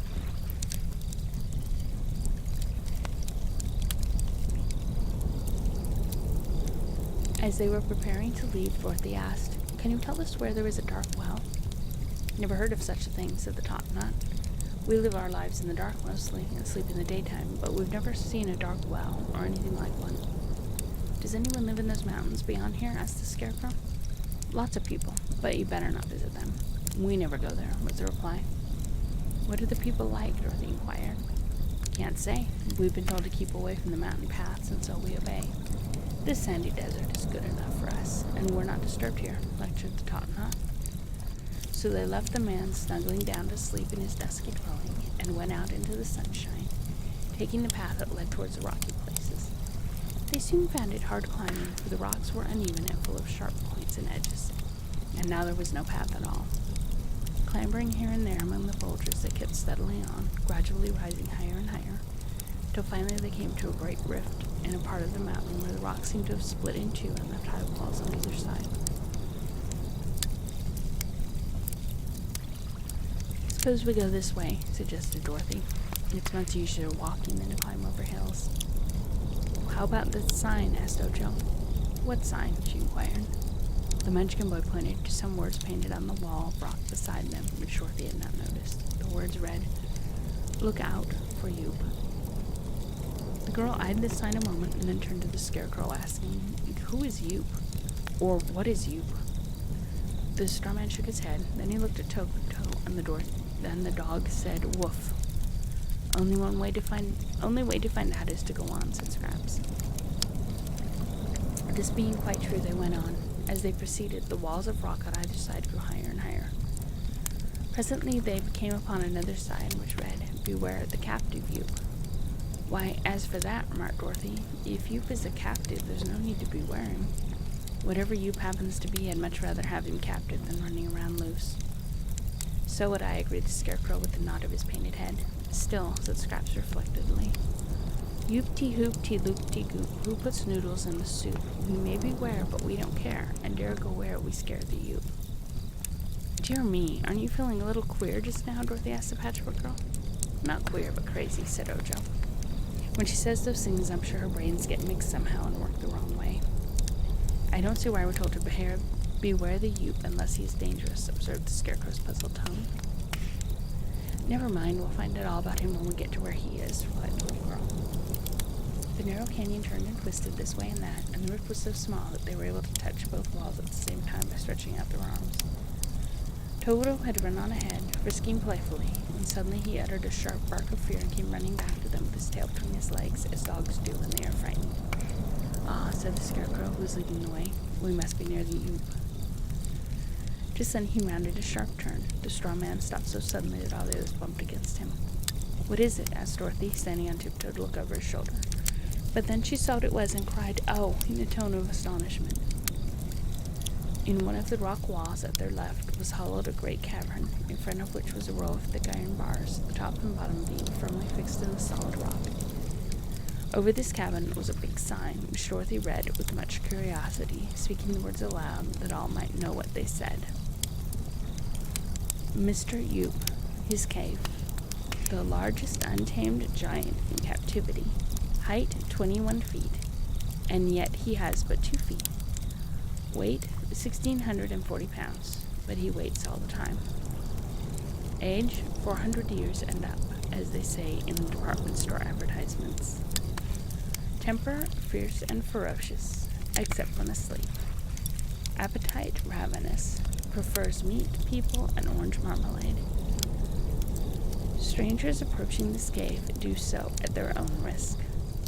P.S. Don't feed the giant yourself." "Very well," said Ojo with a sigh. "Let's go back." "It is a long way back," declared Dorothy. So it is, remarked the Scarecrow, and it remains a tedious climb over those sharp rocks if we can't use this passage. I think it will be best to run by the giant's cave as fast as we can go. Mr. Yoop seems to be asleep just now.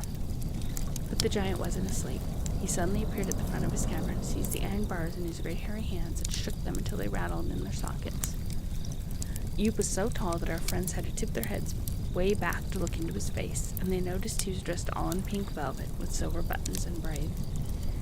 The giant's boots were of pink leather and had tassels on them, and his hat was decorated with an enormous pink ostrich feather, carefully curled. "Yoo-hoo," he said in a deep bass voice. "I smell dinner." "I think you are mistaken," replied the Scarecrow. "There is no orange marmalade around here." "Ah, but I eat other things," asserted Mr. Yoop. "That is, I eat them when I can get them. But this is a lonely place, and no good meat has passed by my cave for many years, so I'm hungry." "Haven't you eaten anything in many years?" asked Dorothy. "Nothing except 6 ants and a monkey. I thought the monkey would taste like meat people, but the flavor was different. I hope you will taste better, for you seem plump and tender." I'm not going to be eaten," said Dorothy. "Why not?" "I shall keep out of your way," she answered. "How heartless," wailed the giant, shaking the bars again. "Consider how many years it is since I've eaten a single plump little girl. They tell me meat is going up, but if I can manage to catch you, I'm sure it will soon be going down. And I'll catch you if I can." With this, the giant pushed his big arms, which looked like tree trunks, except the tree trunks don't wear pink velvet, between the iron bars, and the rocks were so long that they touched the opposite wall of the rock passage. Then he extended them as far as he could reach towards our travelers, and found he could almost touch the Scarecrow, but not quite. "Come a little closer, please," begged the giant. "I'm a Scarecrow." "A Scarecrow? I don't care a straw for a Scarecrow. Who is that bright-colored delicacy behind you?" "Me?" asked Scraps. "I'm a Patchwork girl, and I'm stuffed with cotton." "Dear me," sighed the giant in disappointed tone. "That reduces my dinner from 4 to 2. And the dog." "I'll save the dog for dessert." Toto growled, keeping a good distance away. "Back up," said the Scarecrow to those behind him. "Let us go back a little way and talk this over." So they turned and went around the bend in the passage, where they were out of sight of the cave and Mr. Yoop could not hear them. "My idea," said the Scarecrow, when they had halted, "is to make a dash past the cave going on a run." "He'd grab us," said Dorothy. "Well, he can't grab it one at a time, and I'll go first. As soon as he grabs me, the rest of you can slip past him, out of his reach, and he will soon let me go because I am not fit to eat." They decided to try this plan, and Dorothy took Toto in her arms as to protect him. She followed just after the Scarecrow, thinking Mojo, with Scraps the last of the 4. Their hearts beat a little faster than usual as they again approached the giant's cave, this time moving swiftly forward. It turned out about the way the Scarecrow had planned. Mr. Yoop was quite astonished to see them come flying towards him, and thrusting his arm between the bars, he seized the Scarecrow in a firm grip. In the next instant, he realized from the way the straw crunched between his fingers that he had captured the non-eatable man. But during the instant of delay, Dorothy and Ojo had slipped by the giant and were out of reach. Uttering a howl of rage, the monster threw the Scarecrow after them with one hand and grabbed Scraps with the other. The poor Scarecrow went whirling through the air, and so cleverly was he aimed that he struck Ojo's back and sent the boy tumbling head over heels. And he tripped Dorothy and sent her also sprawling upon the ground. Toto flew out of the little girl's arms and landed some distance ahead, and all were so dazed that it was a moment before they could scramble to their feet again. When they did so, they turned to look towards the giant's cave, and at that moment the ferocious Mr. Yoop threw the Patchwork doll at them. Down went all 3 again in a heap, with Scraps on top. The giant roared so terribly that for a time they were afraid he had broken loose, but he hadn't. So they sat in the road and looked at one another in a rather bewildered way, and then began to feel glad. "We did it," exclaimed the Scarecrow with satisfaction, "and now we are free to go on our way." "Mr. Yoop is very impolite," declared Scraps. "He jarred me terribly. It's lucky my stitches are so fine and strong, for otherwise such harsh treatment might rip me up the back." "Allow me to apologize for the giant," said the Scarecrow, raising the Patchwork Girl to her feet and dusting her skirt with his stuffed hands. "Mr. Yoop is a perfect stranger to me. but I fear from the rude manner in which he has acted that he is no gentleman." Dorothy and Ojo laughed at this statement, and Toto barked as if he understood the joke, after which they all felt better and resumed the journey in high spirits. "Of course," said the little girl, when they had walked a little ways from the passage. "It was lucky for us the giant was caged, for if he had happened to be loose, perhaps in that case he wouldn't be hungry anymore," said Ojo gravely.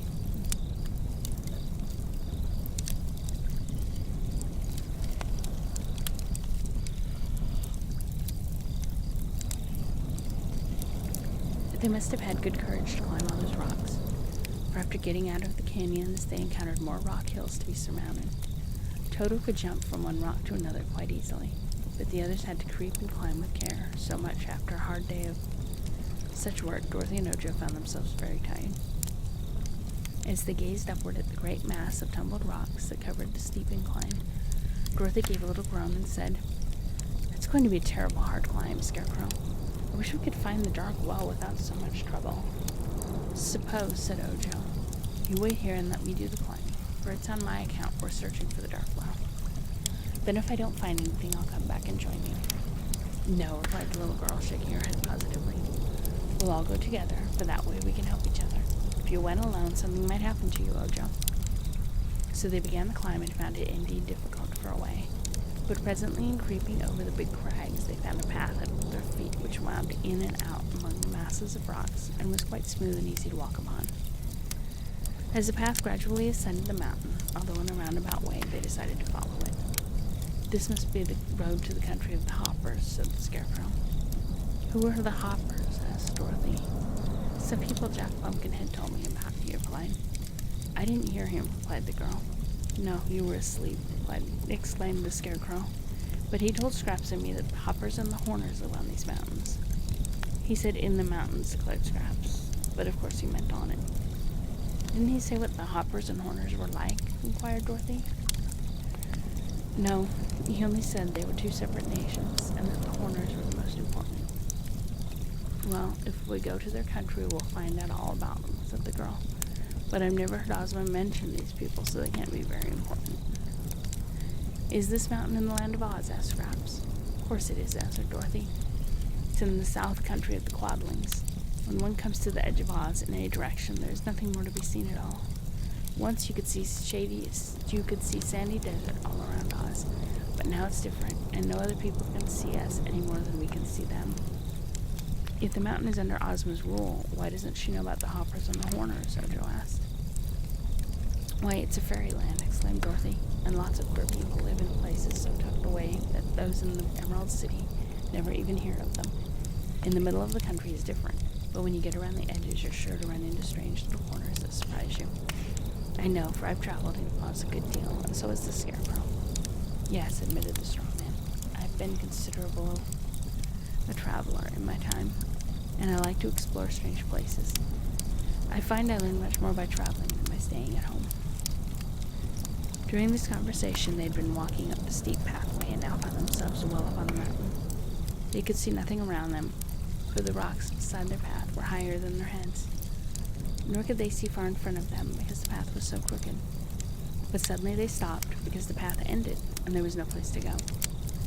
Ahead was a big rock lying against the side of the mountain, and this blocked their way completely. "There wouldn't be a path, though, if it didn't go somewhere," said the Scarecrow, wrinkling his forehead in deep thought. "This is somewhere, isn't it?" asked the Patchwork, laughing at the bewildered looks of the others. "The path is locked, the path is blocked, yet here we've innocently flocked. And now we're here, it's rather queer, there's no front door that can be knocked." "Please don't, Scraps," said Ojo. "You make me nervous." "Well," said Dorothy, "I'm glad of a little rest. But that's a dreadful steep path." As she spoke, she leaned against the edge of the big rock that stood in their way. To her surprise, it slowly swung backwards and showed behind it a dark hole that looked like the mouth of a tunnel. "Why, here's where the path goes to," she exclaimed. "So it is," answered the Scarecrow, "but the question is, do we want to go where the path does?" "It's underground, right inside the mountain," said Ojo, peering into the dark hole. "Perhaps there's a well there, and if there is, it's sure to be a dark one." Why, that's true enough, cried Dorothy with eagerness. Let's go in, Scarecrow, because if others have gone, we're pretty safe to go too. Toto looked in and barked, but he did not venture to enter until the Scarecrow had bravely gone first. Scraps followed closely after the straw man, and then Ojo and Dorothy timidly stepped inside the tunnel. As soon as all of them had passed the big rock, it slowly turned and filled up the opening again. But now they were no longer in the dark, for a soft, rosy light enabled them to see around quite distinctly. It was only a passage, wide enough for two of them to walk abreast, with Toto in between them, and it had a high arched roof. They could not see where the light which flooded the place so pleasantly came from, for there were no lamps anywhere visible. The passage ran straight for a little way, and then made a bend to the right and another sharp left turn to the left, after which it went straight again. But there were no side passages, so they could not lose their way. After proceeding some distance, Toto, who had gone on ahead, began to bark loudly. They ran around a bend to see what was the matter, and found a man sitting on the floor of the passage and leaning his back against the wall. He had probably been asleep before Toto's barks aroused him, for he was now rubbing his eyes and staring at the little dog with all his might. There was something about this man that Toto objected to, and when he slowly rose to his feet, they saw what it was. He had but one leg, set just below the middle of his round, fat body, but it was a stout leg, and had a broad, flat foot at the bottom of it, on which the man seemed to stand very well. He had never had but this one leg, which looked something like a pedestal, and when Toto ran up and made a grab at the man's ankle, he hopped first one way and then another in a very active manner, looking so frightened that Scraps laughed aloud. Toto was usually a well-behaved dog, but this time he was angry and snapped at the man's leg again and again. This filled the poor fellow with fear, and in hopping out of Toto's way, he suddenly lost his balance and tumbled head over heels upon the floor. When he sat up, he kicked Toto on the nose and made the dog howl angrily, but Dorothy now ran forward and caught Toto's collar, holding him back. "Do you surrender?" she asked the man. "Who? Me?" asked the hopper. "Yes, you," said the little girl. "Am I captured?" he inquired. "Of course, my dog has captured you," she said. "Well," replied the man, "if I'm captured, I must surrender, for it's a proper thing to do. I like to do everything proper, for it saves one a lot of trouble." "It does indeed," said Dorothy. "Please tell us who you are." "I'm Hip Hopper. Hip Hopper the champion." "Champion what?" she asked in surprise. "Champion wrestler. I'm a very strong man, and that ferocious animal which you are so kindly holding is the first living thing that has ever conquered me." "And you are a hopper," she continued. "Yes. My people live in a great city not far from here. Would you like to visit it?" "I'm not sure," she said with hesitation. "Have you any dark wells in your city?" "I think not. We have wells, you know, but they're all well lighted, and a well-lighted well cannot well be a dark well. But there may be such a thing as a very dark well in the Horner country, which is a black spot on the face of the earth." "Where is the Horner country?" Ojo inquired. "The other side of the mountain. There's a fence between the Hopper country and the Horner country, and a gate in the fence, but you can't pass through just now, because we are at war with the Horners."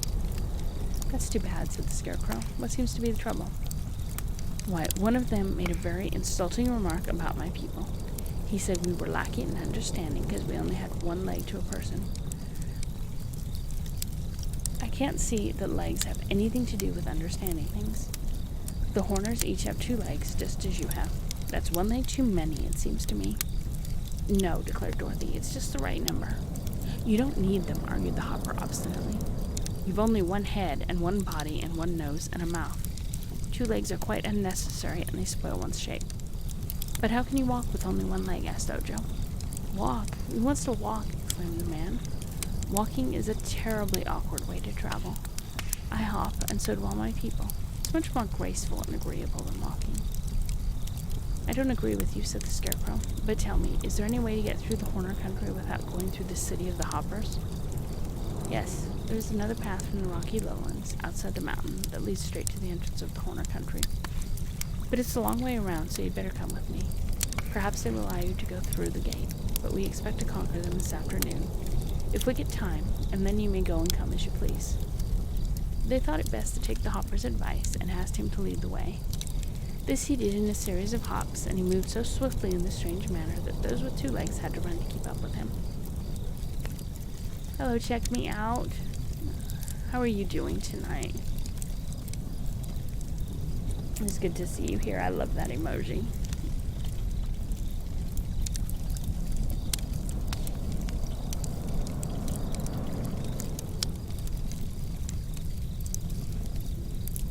And everyone needs to go check me out, because she is a wonderful streamer with her singing bowls and her sounds to soothe us, and of course Floyd.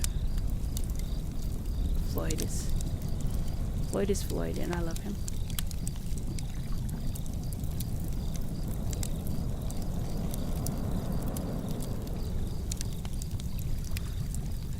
We are on chapter 22. Wow, I've read a lot. It was not long before they left the passage and came to a great cave, so high that it must have reached nearly to the top of the mountain within which it lay. It was a magnificent cave, illuminated by the soft, invisible light, so that everything in it could be plainly seen. The walls were polished marble, white with veins of delicate colors running through it, and the roof was arched and carved in designs both fantastic and beautiful. Built beneath this vast dome was a pretty village. Not very large, for there seemed no more than 50 houses altogether, and the dwellings were of marble and artistically designed. No grass, nor flowers, nor trees grew in this cave, so the yards surrounding the houses were smooth and bare, and had low walls around them to mark their boundaries. In the streets and the yards of the houses were many people, all having one leg growing below their bodies, and all hopping here and there wherever they moved. Even the children stood firmly upon their single legs and never lost their balance. "All hail, champion," cried a man in the first group of hoppers they met. "Whom have you captured?" "No one," replied the champion in a gloomy voice. "These strangers have captured me." "Then," said another, "we will rescue you and capture them, for we are greater in number." "No," answered the champion, "I can't allow it. I've surrendered, and it isn't polite to capture those you surrender to." "Never mind that," said Dorothy. "We will give you your liberty and set you free." "Really?" asked the champion in joyous tones. "Yes," said the little girl. "Your people may need you to help conquer the Horners." At this, all the hoppers looked downcast and sad. Several more had joined the group by this time, and quite a crowd of curious men, women, and children surrounded the strangers. "This war with our neighbors is a terrible thing," remarked one of the women. "Someone is almost sure to get hurt." "Why do you say that, madam?" inquired the Scarecrow. "Because the horns of our enemies are sharp, and in battle they will try to stick those horns into our warriors," she replied. "How many horns do the Horners have?" asked Dorothy. "Each has one horn in the center of his forehead," was the answer. "Oh, so they're unicorns," declared the Scarecrow. "No, they're Horners. We never go to war with them if we can help it, on account of their dangerous horns. But this insult was so great and so unprovoked that our brave men decided to fight in order to be revenged," said the woman. "What weapons do you fight with?" the Scarecrow asked. "We have no weapons," explained the champion. "Whenever we fight the Horners, our plan is to push them back, for our arms are longer than theirs." "Then you are better armed," said Scraps. "Yes, but they have those terrible horns, and unless we are careful, they prick us with the points," returned the champion with a shudder. "That makes a war with them dangerous, and a dangerous war cannot be a pleasant one." "I see very clearly," remarked the Scarecrow, "that you are going to have trouble in conquering these Horners, unless we help you." "Oh," cried the hoppers in a chorus, "can you help us? Please do. We will be greatly obliged. It will please us very much." By these exclamations, the Scarecrow knew that his speech had met with favor. "How far is it to the Horner country?" he asked. "Why, it's just the other side of the fence," they assured, and the champion added, "Come with me, please, and I'll show you the Horners." So they followed the champion and several others through the streets, and just beyond the village came to a very high picket fence, built all of marble, which seemed to divide the great cave into 2 equal parts. But the part inhabited by the Horners was in no way as grand in appearance as that of the hoppers. Instead of being marble, the walls and roof were of dull gray rock, and the square houses were plainly made of the same material. But in extent the city was much larger than that of the hoppers, and the streets were thronged with numerous people who busied themselves in various ways. Looking around the open pickets of the fence, our friends watched the Horners, who did not know they were being watched by strangers, and found them very unusual in appearance. They were little folks in size, and had bodies round as balls and short legs and arms.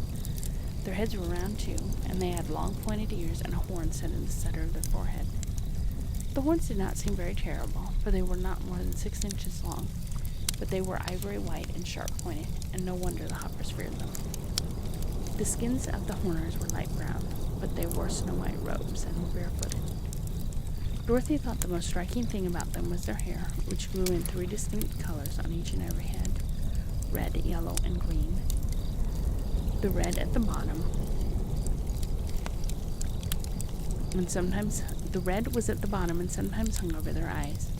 Then came a broad circle of yellow, and the green was at the top and formed a brush-shaped top knot. None of the horners was yet aware of the presence of strangers, who watched the little brown people for a time and then went to the big gate in the center of the dividing fence. It was locked on both sides, and over the latch was a sign reading, "War is declared."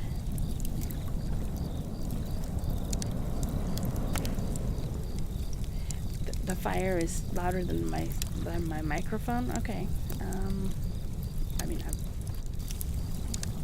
Let's turn the fire down.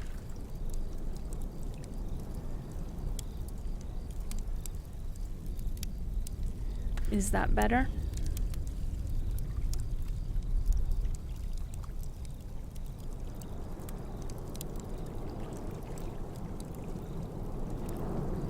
I'm doing good, and I'm glad you're here. Okay, good.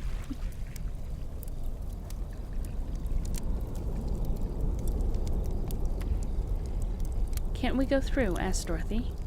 "Not now," answered the champion.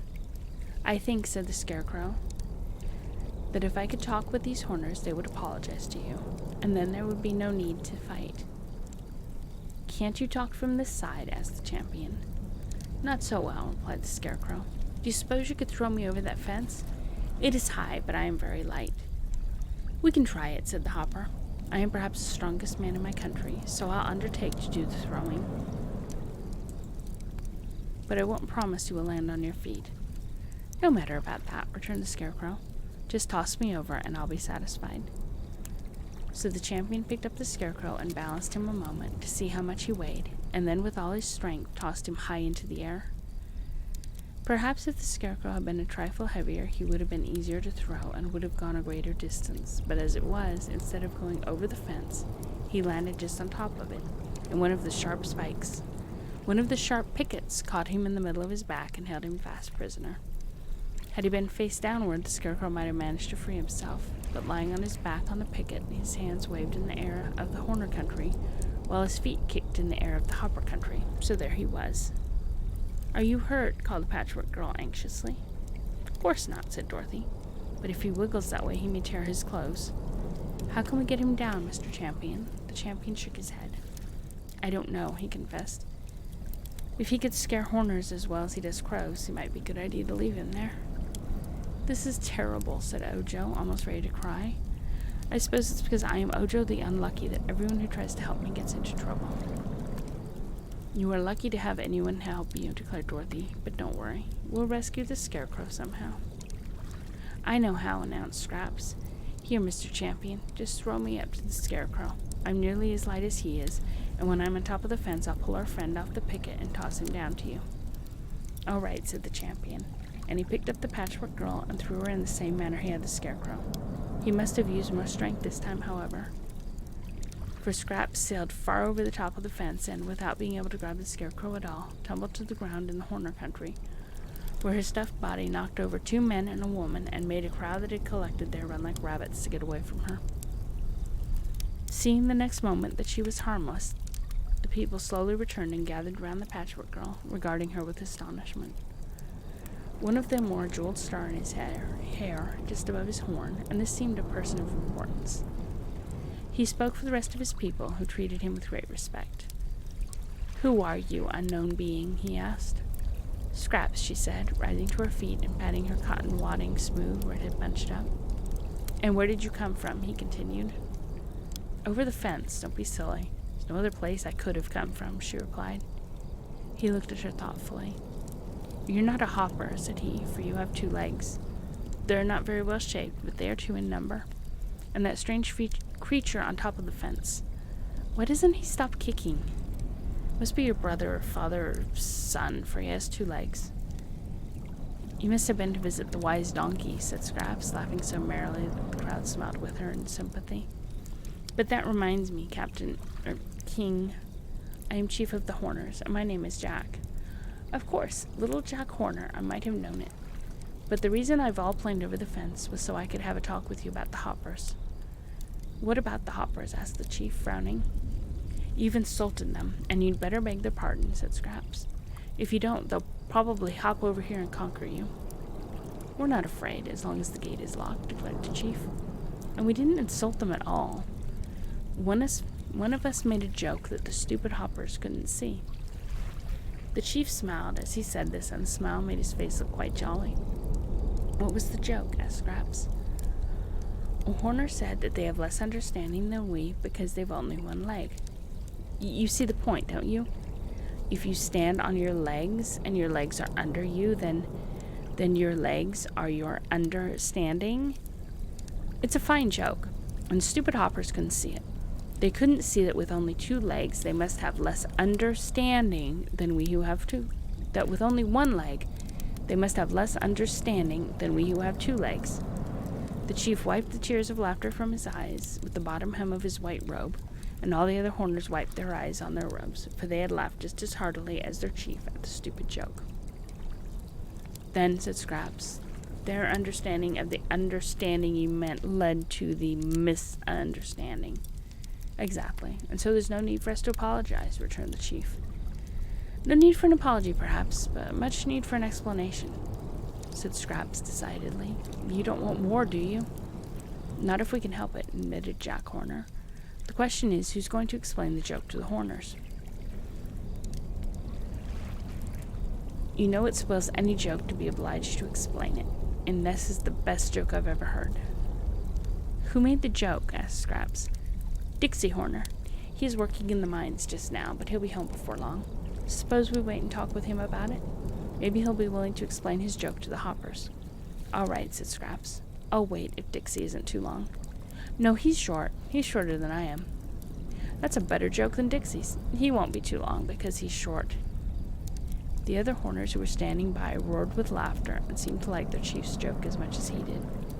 Scraps thought it was odd that they could be so easily amused, but decided there could be little harm in people who laughed so merrily.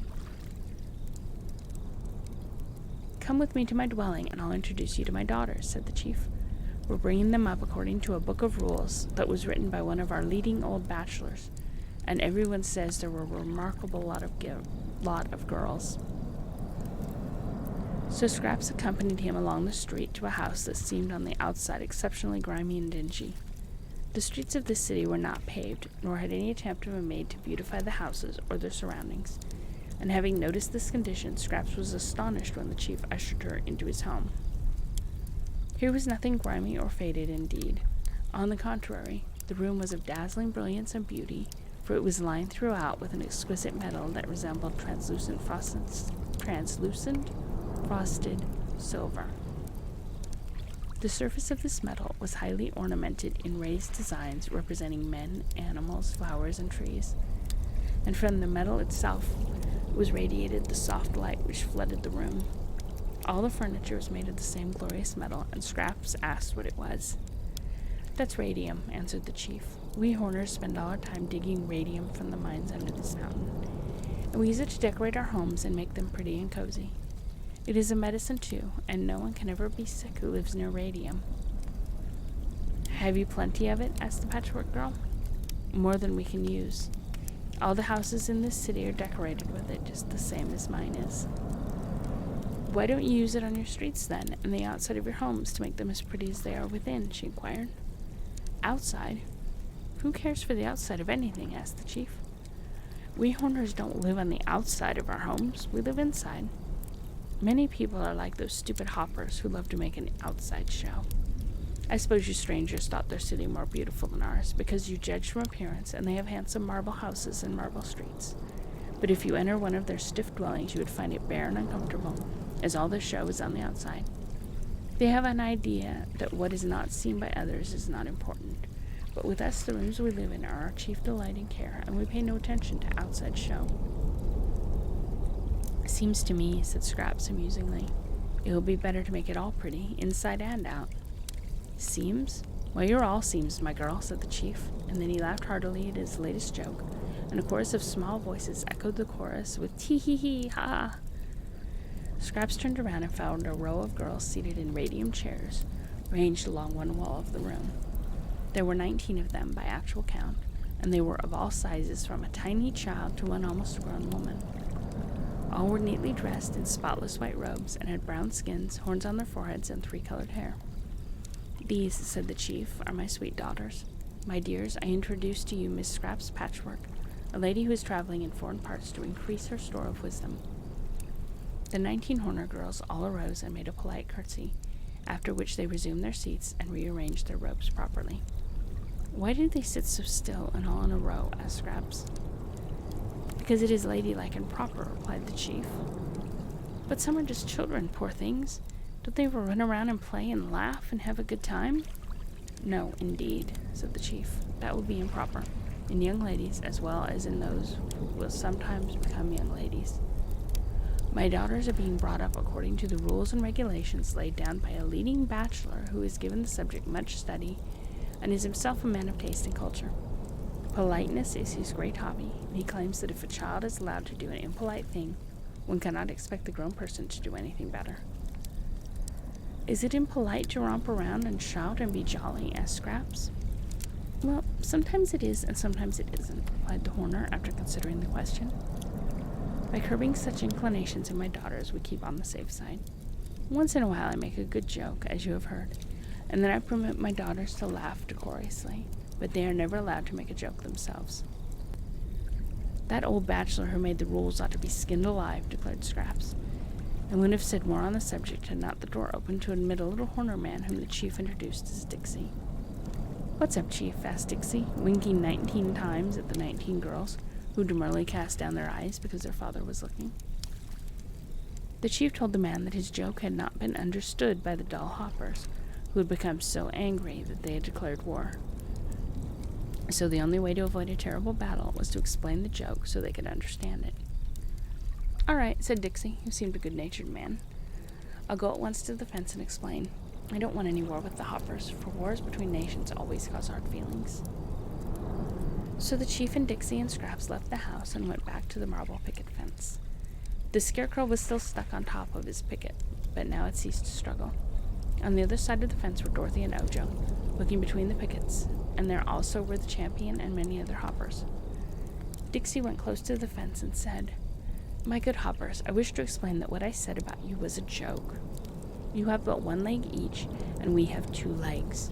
Our legs are under us, whether 1 or 2, and we stand on them. So when I said you had less understanding than we, I did not mean that you had less understanding, you understand, but that you had less stand-undering, so to speak. Do you understand that? The hoppers thought it over carefully. Then one said, That is clear enough, but where does the joke come in? Dorothy laughed, for she couldn't help it, although all the others were solemn enough. I'll tell you where the joke comes in, she said, and took the hoppers away in a distance where the Horners could not hear them. You know, she then explained, those neighbors of yours are not very bright, poor things, and what they think is a joke isn't a joke at all. It's true, don't you see? True that we have less understanding? Asked the champion. Yes, it's true, because you don't understand such a poor joke. If you did, you'd be no wiser than they are. Ah, yes, of course, they answered, looking very wise. So I'll tell you what to do, continued Dorothy. Laugh at their poor joke and tell them it's pretty good for a Horner. Then they won't dare say you have less understanding, because you understand as much as they do. The hoppers looked at one another questioningly and blinked their eyes and tried to figure out what it all meant, but they couldn't figure it out. What do you think, champion? Asked one of them. I think it is dangerous to think of this anything any more than we can help it, he replied. Let us do as this girl says and laugh with the Horners so as to make them believe we see the joke. Then there will be peace again and no need to fight. They readily agreed to this and returned to the fence, laughing as loud and as hard as they could, although they didn't feel like laughing a bit. The Horners were much surprised. That's a fine joke for a Horner, and we are much pleased with it, said the champion, speaking between the pickets. But please don't do it again. I won't, promised Dickie. If I think of another such joke, I'll try to forget it. Good, cried the chief Horner. The war is over and peace is declared. There was much joyful shouting on both sides of the fence, and the gate was unlocked and thrown wide open so that Scraps was able to rejoin her friends. "What about the Scarecrow?" she asked Dorothy. "We must get him down some way or other," she said, was the reply. "Perhaps the Horners can find a way," suggested Ojo. So they all went through the gate, and Dorothy asked the Chief Horner how they could get the Scarecrow off the fence. The Chief didn't know, but Dixie said, "A ladder's the thing." "Have you one?" asked Dorothy. "To be sure, we use ladders in our mines," he said. Then he ran away to get the ladder, and while he was gone, the Horners gathered around and welcomed the strangers to their country, for through them a great war had been avoided. In a little while, Dixie came back with a tall ladder, which he placed against the fence. Ojo at once climbed to the top of the ladder, and Dorothy went about halfway up, and Scraps stood at the foot of it. Toto ran around it and barked. Then Ojo pulled the Scarecrow away from the picket and passed him down to Dorothy, who in turn lowered him to the Patchwork Girl. As soon as he was on his feet and standing on solid ground, the Scarecrow said, "Much obliged. I feel much better. I'm not stuck on that picket anymore."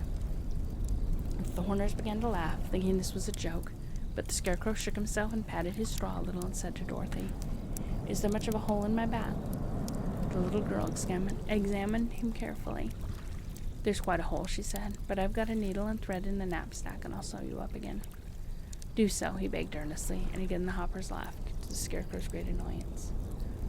While Dorothy was sewing up the hole in the straw man's back, Scraps examined the other parts of him. "One of his legs is ripped, too," she exclaimed. "Oh," cried little Dixie, "that's bad. Give him the needle and thread and let him mend his ways." "Ha, ha, ha," laughed the Chief, and the other Horners at once roared with laughter. "What's funny?" inquired the Scarecrow sternly. "Don't you see?" asked Dixie, who had laughed even harder than the others. "That's a joke. It's by odds the best joke I ever made. You walk with your legs, and so that's the way you walk, and your legs are the ways, see? So when you mend your legs, you mend your ways." "I've no idea I could make such a fine joke." "Just wonderful," echoed the Chief. "How do you manage to do it, Dixie?" "I don't know," said Dixie modestly. "Perhaps it's the radium, but I rather think it's my splendid intellect." "If you don't quit it," the Scarecrow told him, "there'll be a worse war than the one you've escaped from."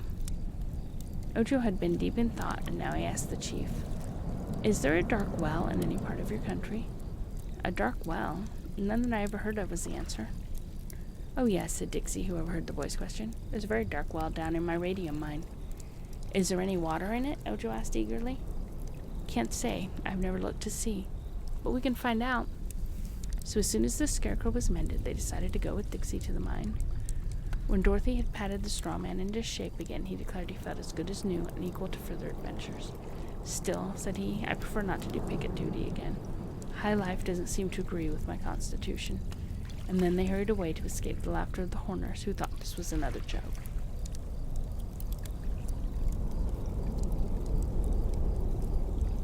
They now followed Dixie to the farthest end of the great cave, beyond the Horner city, where there were several round, dark holes leading into the ground in a slanting direction.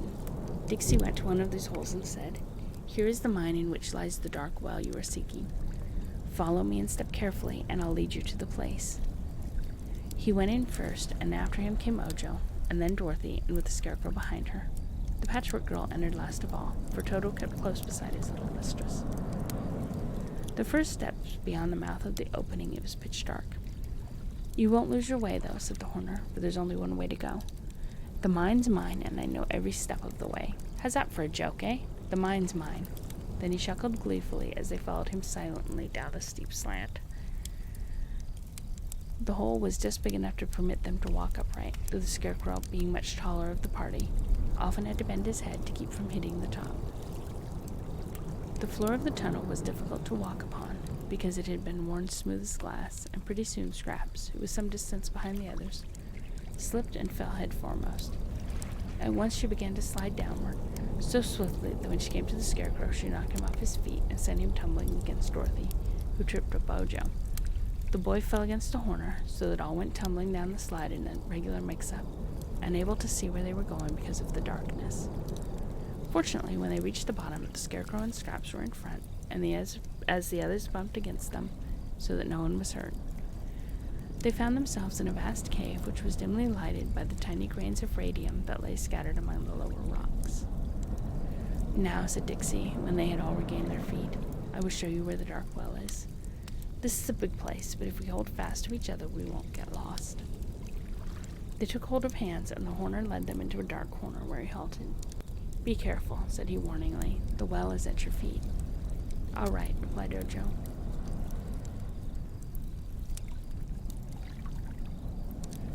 Kneeling down, he felt in the well with his hand and found that it contained a quantity of water. Where's the gold flask, Dorothy? He asked, and the little girl handed him the flask which she had brought with her. Ojo knelt again, and by feeling carefully in the dark managed to fill the flask with the unseen water that was in the well.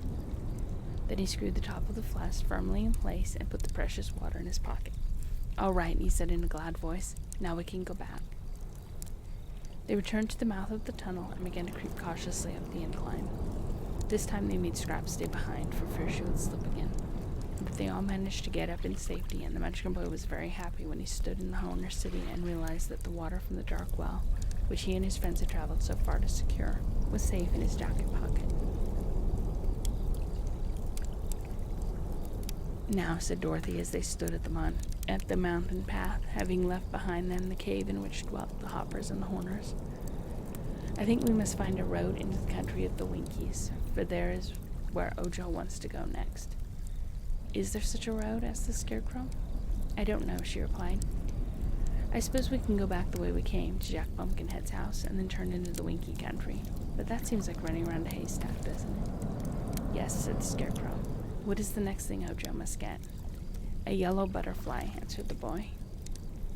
That means the Winky country, all right, if it's the yellow country of Oz, remarked Dorothy. I think, Scarecrow, we ought to take him to the Tin Woodsman, for he's the Emperor of the Winkies and will help us to find what Ojo wants. Of course, replied the Scarecrow, brightening at the suggestion. The Tin Woodsman will do anything we ask him, for he's one of my dearest friends. I believe we can take a crosscut into his country and so get to his castle a day sooner if we travel back the way we came. I think so too, said the girl, and that means we must keep to the left. They were obliged to go down the mountain before they found any paths that led in the direction they wanted to go. But among the tumbled rocks at the foot of the mountain was a faint trail which they decided to follow. 2 or 3 hours' walk along this trail brought them to a clear, level country where there were a few farms and some scattered houses. But they knew they were still in the country of the Quadlings because everything had a bright red color. Not that the trees and grasses were red, but the fences and the houses were painted that color, and all the wildflowers that bloomed by the wayside had red blossoms.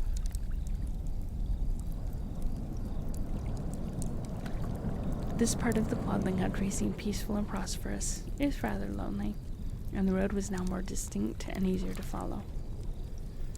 But just as they were congratulating themselves upon the progress they had made, they came across a broad river which swept between 2 high banks, and here the road ended, and there was no bridge of any sort to allow them to cross. This is queer, mused Dorothy, looking at the water reflectively. Why should there be any road if the river stops everyone walking along it? Wow, said Toto, gazing earnestly into her face. That's the best answer you'll get, declared the Scarecrow with his comical smile, for no one knows any more than Toto about this road, said Scraps. Every time I see a river, I have chills that make me shiver, for I never can forget all the water's very wet. If my patches get a soak, it will be a sorry joke, so to swim I'll never try till I find the water dry.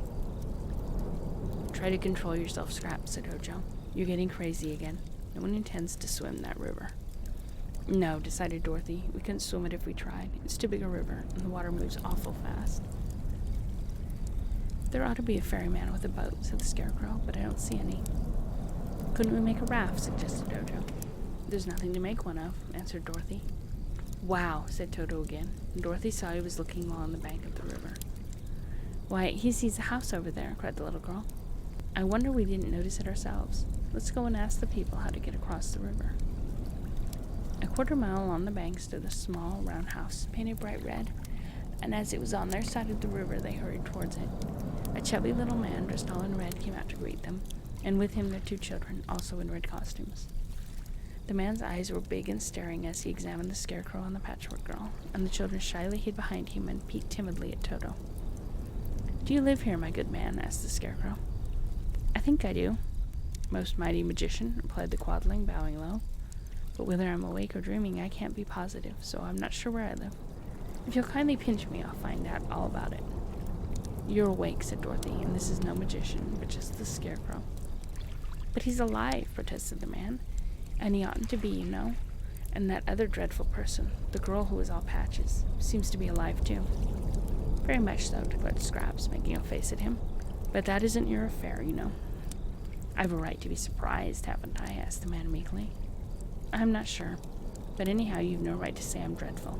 The Scarecrow, who's a gentleman of great wisdom, thinks I'm beautiful," retorted Scraps. "Never mind all that," said Dorothy.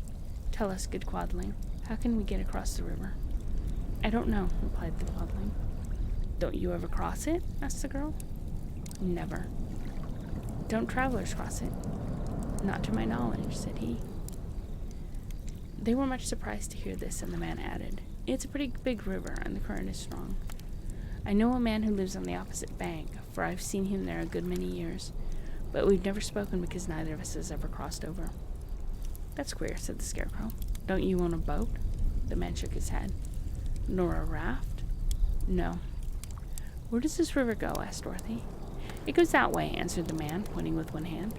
"It goes into the country of the Winkies, which is ruled by the Twin Woodsman, who must be a mighty magician, because he's all made of tin, and yet he's alive. And that way," pointing with the other hand, "the river runs between two mountains where dangerous people dwell." The Scarecrow looked at the water before them. "The current flows towards the Twinkie country," said he, "and so if we had a boat or a raft, the river would float us there more quickly and more easily than we could walk." "That is true," agreed Dorothy, and then they all looked thoughtful and wondered what could be done. "Why can't the man make us a raft?" asked Ojo. "Will you?" inquired Dorothy, turning to the Quadling. The chubby man shook his head. "I'm too lazy," he said. "My wife says I'm the laziest man in all Oz, and she is a truthful woman. I hate work of any kind, and making a raft is hard work." "I'll give you my emerald ring," promised the girl. "No, don't care for emeralds. If it were a ruby, which is the color I like best, I might work a little while." "I've got some square meal tablets," said the Scarecrow. "Each one is the same as a dish of soup, a fried fish, a mutton pot pie, lobster salad, charlotte russe, and lemon jelly, all made into one tablet that you can swallow without trouble." "Without trouble?" exclaimed the Quadling, much interested. "Then those tablets will be fine for a lazy man. It's such hard work to chew when you eat." "I'll give you 6 of those tablets if you'll help us make a raft," promised the Scarecrow. "They're a combination of food which people who eat are very fond of. I never eat, you know, being straw, but some of my friends eat regularly. What do you say to my offer, Quadling?" "I'll do it," decided the man. "I'll help you, and you can do most of the work. But my wife has gone fishing for red eels today, so some of you will have to mind the children." Scraps promised to do that, and the children were not so shy when the Patchwork Girl sat down to play with them. They grew to like Toto too, and the little dog allowed them to pat him on his head, which gave the little ones much joy. There were a number of fallen trees near the house, and the Quadling got his axe and chopped them into logs of equal length. He took his wife's clothesline to bind these logs together so that they would form a raft, and Ojo found some strips of wood and nailed them along the tops of the logs to render them more firm. The Scarecrow and Dorothy helped roll the logs together and carry the strips of wood. But it took so long to make the raft that evening came just as it was finished, and with evening the Quadling's wife returned from her fishing. The woman proved to be cross and bad-tempered, perhaps because she had only caught one red eel during all the day. When she found her husband had used her clothesline, and the logs she had wanted for firewood, and the boards she had intended to mend the shed with, and a lot of gold nails, she became very angry.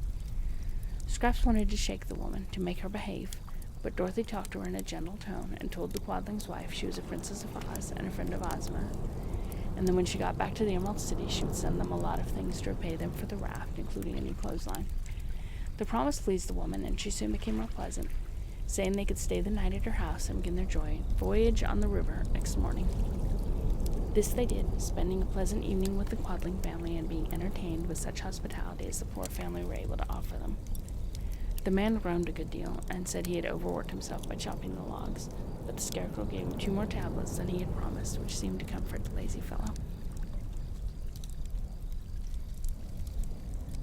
The next morning they pushed the raft into the water and all got aboard. The Quadling man had to hold the log raft fast while they took their place, and the flow of the river was so powerful that it nearly tore the raft from his hands. As soon as they were all seated upon the logs, he let go, and away it floated, and the adventurers had begun their voyage towards the Winkie country. The little house of the Quadlings was out of sight almost before they had cried their goodbyes, and the Scarecrow said in a pleased voice, "You won't take us long to get to the Winkie country at this rate." They had floated several miles down the stream and were enjoying the ride when suddenly the raft slowed up, stopped short, and then began to float back the way it had come. "What's wrong?" asked Dorothy in astonishment. But they were all just as bewildered as she was, and at first no one could answer the question. Soon, however, they realized the truth, that the current of the river had reversed and the water was now flowing in the opposite direction, towards the mountains. They began to recognize the scenes they had passed, and by they came in sight of the little house of the Quadlings again. The man was standing on the river bank, and he called to them, "How do you do? Glad to see you again. I forgot to tell you that the river changes its direction every little while. Sometimes it flows one way, and sometimes the other." They had no time to answer him, for the raft was swept past the house and a long distance on the other side of it. "We're going just the way we don't want to go," said Dorothy, "and I guess the best thing we can do is to get to land before we're carried any further." But they could not get to land. They had no oars, nor even a pole to guide the raft with. The logs which bore them floated in the middle of the stream and were held fast in the position by the strong current. So they sat still and waited, and even while they were wondering what could be done, the raft slowed down, stopped, and began drifting the other way, in the direction it had first followed. After a while they repassed the Quadling house, and the man was still standing on the bank. He cried out to them, "Good day, glad to see you again. I expect I shall see you a good many times as you go by, unless you happen to swim ashore." By that time they had left him behind and were headed once more straight towards the Winkie country. "This is pretty hard luck," said Ojo in a discouraged voice. "The Trick River keeps changing, it seems, and here we must float back and forth forever unless we manage in some way to get ashore." "Can you swim?" asked Dorothy. "No, I'm Ojo the Unlucky." "Neither can I. Toto could swim a little, but that won't help us get to shore." "I don't know whether I could swim or not," remarked Scraps, "but if I tried I'd surely ruin my lovely patches." "My straw would get soggy in the water, and I would sink," said the Scarecrow. So there seemed no way out of the dilemma, and being helpless they simply sat still.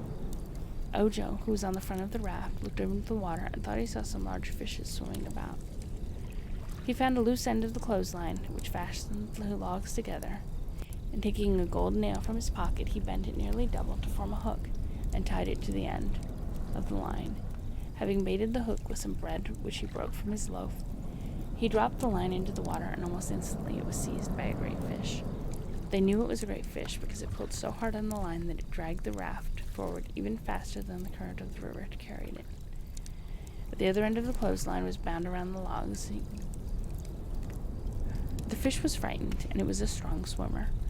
As the other end of the clothesline was bound around the logs, he could not get it away, and he had greedily swallowed the gold hook at the first bite. He could not get rid of that either. When they reached the place where the current had before changed, the fish was still swimming ahead in its wild attempt to escape. The raft slowed down, yet it did not stop because the fish would not let it. It continued to move in the same direction it had been going. As the current reversed and rushed backwards on its course, it failed to drag the raft with it. Slowly, inch by inch, they floated on, and the fish tugged and kept them going. "I hope he won't give up," said Ojo anxiously. "If the fish can hold out until the current changes again, it will be all right." The fish did not give up, but held the raft bravely on its own, till at last the water in the river shifted again, and floated them the way they wanted to go. By now the captive fish found its strength failing. Seeking a refuge, it began to drag the raft towards the shore. As they did not wish to land in this place, the boy cut the rope with his pocket knife and set the fish free, just in time to prevent the raft from grounding. The next time the river backed up, the Scarecrow managed to seize the branch of a tree that overhung the river, and they all assisted him to hold fast and prevent the raft from being carried backwards. While they waited, Ojo spied a long broken branch lying upon the bank, so he leapt ashore and got it. When he had stripped off the side shoots, he believed they could use the branch as a pole to guide the raft in case of emergency. They clung to the tree until they found the water flowing the right way, when they let go and permitted the raft to resume its voyage. In spite of these pauses, they were really making good progress towards the Winkie country, and having found a way to conquer the adverse currents, their spirits rose considerably. They could see little of the country through which they were passing because of the high banks, and they met with no boats or other crafts upon the surface of the river. Once more the Crick River reversed its current, but this time the Scarecrow was on guard and used the pole to push the raft towards a big rock which lay in the water. He believed the rock would prevent their flowing backwards with the current, and so it did. They clung to this anchorage until the water resumed its proper direction, when they allowed the raft to drift on. Floating around a bend, they saw ahead a high bank of water extending across the entire river, and toward this they were being irresistibly carried. There being no way to arrest the progress of the raft, they clung fast to the logs and let the river sweep them on. Swiftly the raft climbed the bank of water and slid down on the other side, plunging its edge deep into the water and drenching them all with spray. As again the raft righted and drifted on, Dorothy and Ojo laughed at the ducking they had received, but Scraps was much dismayed, and Scarecrow took out his handkerchief and wiped the water off the Patchwork Girl's patches as well as he was able to. The sun soon dried her, and the colors of her patches proved good, for they did not run together, nor did they fade. After passing the wall of water, the current did not change or flow backwards anymore, but continued to sweep them steadily forward. The banks of the river grew larger, too, permitting them to see more of the country, and presently they discovered yellow buttercups and dandelions growing amongst the grasses, from which evidence they knew they had reached the Winkie country. "Don't you think we ought to land?" Dorothy asked the Scarecrow. "Pretty soon," he replied. "The Tin Woodsman's castle is in the southern part of the Winkie country, and so it can't be a great way from here."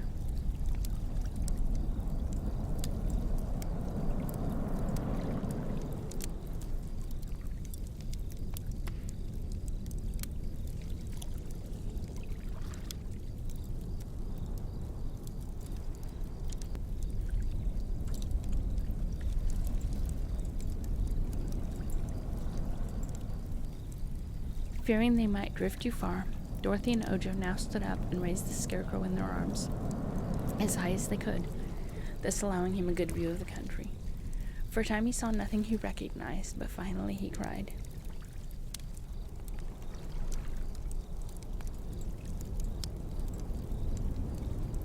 "There it is, there it is." "What?" asked Dorothy. "The Tin Woodsman's tin castle. I can see its turrets glittering in the sun. It's quite a way off, but we better land as quickly as we can." They let him down and began to urge the raft towards the shore by means of the pole. It obeyed very well, for the current was more sluggish now, and soon they had reached the bank and landed softly. The Winkie country was really beautiful, and across the fields they could see afar the silvery sheen of the tin castle. With light hearts they hurried toward it, being fully rested by their long ride on the river. By and by they began to cross an immense field of splendid yellow lilies, the delicate fragrance of which was very delightful. "How beautiful they are!" cried Dorothy, stopping to admire the perfection of these exquisite flowers. "Yes," said the Scarecrow reflectively, "but we must be careful not to crush or injure any of these lilies." "Why not?" asked Ojo. "The Tin Woodsman is very kind-hearted," was the reply, "and he hates to see any living thing hurt in any way." "Are flowers alive?" asked Scraps. "Yes, of course, and these flowers belong to the Tin Woodsman, so in order not to offend him, we must not tread on a single blossom." "Once," said Dorothy, "the Tin Woodsman stepped on a beetle and killed the little creature. This made him very unhappy, and he cried until his tears rusted his joints, so he couldn't move them." "What did he do then?" asked Ojo. "Put oil on them until the joints were smooth again." "Oh," exclaimed the boy, as if a great discovery flashed across his mind. But he did not tell anybody what the discovery was and kept the idea to himself. It was a long walk, but a pleasant one, and they did not mind it a bit. Late in the afternoon, they drew near to the wonderful tin castle of the Emperor of the Winkies, and Ojo and Scraps, who had never seen it before, were filled with amazement. Tin abounded in the Winkie country, and the Winkies were said to be the most skillful tinsmiths in all the world. So the Tin Woodsman had employed them in building his magnificent castle, which was all of tin, from the ground to the tallest turret, and so brightly polished that it glittered in the sun's rays more gorgeously than silver. Around the grounds of the castle ran a tin wall with tin gates, but the gates stood wide open, because the Emperor had no enemies to disturb him. When they entered the spacious grounds, our travelers found more to admire.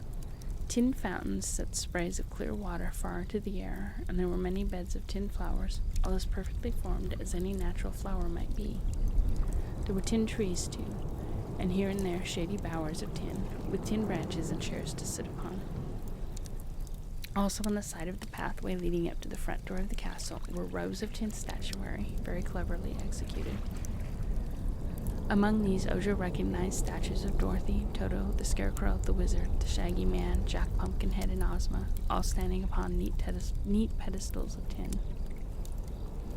Toto was well acquainted with the residents of the Tin Woodsman, and being assured a joyful welcome, he ran ahead and barked so loudly at the front door that the Tin Woodsman heard him and came out in person to see if it really was his old friend Toto. Next moment, the Tin Man had clasped the Scarecrow in a warm embrace and then turned to hug Dorothy. But now his eye was arrested by the strange sight of the Patchwork Girl, and he gazed upon her in a mingle of wonder and admiration.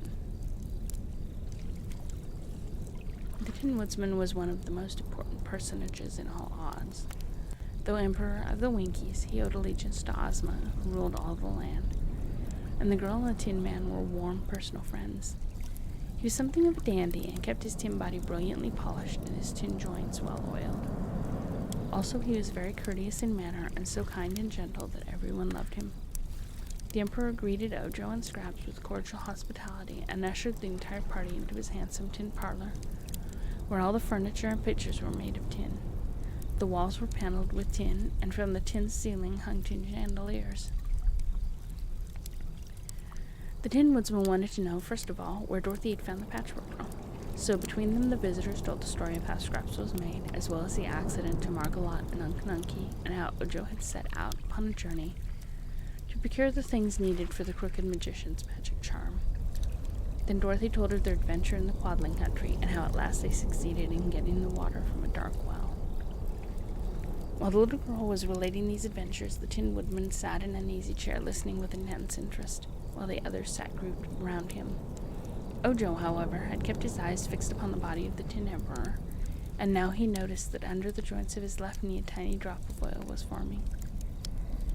He watched this drop of oil with a fast-beating heart, and feeling in his pocket brought out a tiny vial of crystal, which he held secreted in his hand.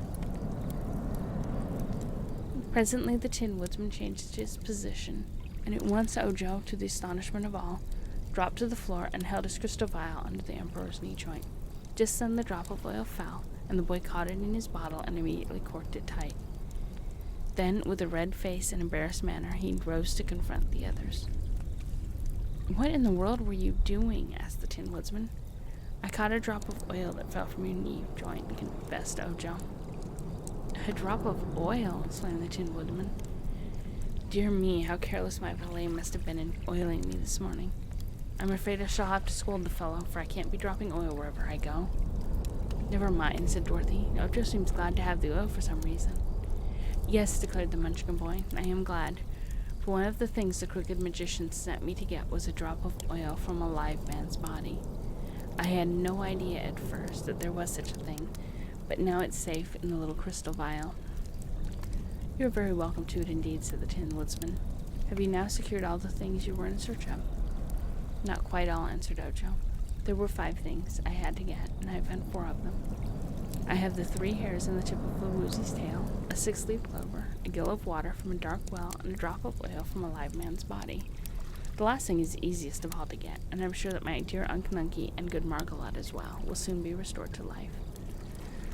The Munchkin boy said this with much pride and pleasure. "Good," exclaimed the Tin Woodsman. "I congratulate you. But what is the 5th and last thing you need in order to complete the magic charm?" "The left wing of a yellow butterfly," said Ojo. "In this yellow country, and with your kind assistance, that ought to be very easy to find." The Tin Woodman stared at him in amazement. "Surely you were joking," he said. "No," replied Ojo, much surprised. "I am earnest." "But do you think for a moment that I would permit you or anyone else to pull the left wing from a yellow butterfly?" demanded the Tin Woodsman sternly. "Why not?" "Why not? You ask me why not? It would be cruel. One of the most cruel and heartless deeds I ever heard of," asserted the Tin Woodsman. "The butterflies are among the prettiest of all created things, and they are very sensitive to pain. To tear a wing from one would cause it exquisite torture, and it would soon die in great agony. I would not permit such a wicked deed under any circumstances." Ojo was astounded at hearing this. Dorothy, too, looked grave and disconcerted, but she knew in her heart that the Tin Woodsman was right. The Scarecrow nodded his head in approval of his friend's speech, so it was evident that he agreed with the Emperor's decision. Scraps looked from one to the other in perplexity. "Who cares for a butterfly?" she asked. "Don't you?" inquired the Tin Woodsman. "Not the snap of a finger, for I have no heart," said the Patchwork Girl. "But I want to help Ojo, who is my friend, to rescue the uncle he loves, and I'd kill a dozen useless butterflies to enable him to do that." The Tin Woodsman sighed regretfully. "You have kind instincts," he said, "and with a heart you would indeed be a fine creature. I cannot blame you for your heartless remark, as you cannot understand the feelings of those who possess hearts. I, for instance, have a very neat and responsive heart, which the wonderful Wizard of Oz once gave me, and so I shall never, never, never permit a yellow butterfly to be tortured by anyone." "The yellow country of the Winkies," said Ojo sadly, "is the only place in Oz where a yellow butterfly can be found." "I'm glad of that," said the Tin Woodsman. "As I rule the Winky country, I can protect my butterflies. Unless I get the wing. Just one left wing," said Ojo miserably. "I can't save Unc Nunky." "Then you must remain a marble statue forever," declared the Tin Emperor firmly. Ojo wiped his eyes, for he could not hold back the tears. "I'll tell you what to do," said Scraps. "We'll take a whole yellow butterfly, alive and well, to the Crooked Magician and let him pull the left wing off." "No, you won't," said the Tin Woodsman. "You can't have one of my dear little butterflies to treat in that way." "Then what in the world shall we do?" asked Dorothy. They all became silent and thoughtful. No one spoke for a long time. Then the Tin Woodsman suddenly roused himself and said, "We must all go back to the Emerald City and ask Ozma's advice. She's a wise little girl, our ruler, and she may find a way to help Ojo save his Uncle Nunky." So the following morning the party started on the journey to the Emerald City, which they reached in due time without any important adventure. It was a sad journey for Ojo, for without the wing of the yellow butterfly he saw no way to save Unc Nunky, unless he waited 6 years for the Crooked Magician to make a new lot of the Powder of Life. The boy was utterly discouraged, and as he walked along he groaned aloud. "Is anything hurting you?" inquired the Tin Woodsman in a kindly tone, for the Emperor was with the party. "I'm Ojo the Unlucky," replied the boy. "I might have known I would fail in anything I tried to do." "Why are you Ojo the Unlucky?" asked the Tin Man. "Because I was born on a Friday." "Friday is not unlucky," declared the Emperor. "It's just one of 7 days. Do you suppose all the world becomes unlucky 1/7 of the time?" "It was the 13th day of the month," said Ojo. 13? Oh, that is indeed a lucky number," replied the Tin Woodsman. "All my good luck seems to happen on the 13th. I suppose most people never notice the good luck that comes to them with the number 13, and yet if the least bit of bad luck falls on that day, they blame it on the number and not to the proper cause."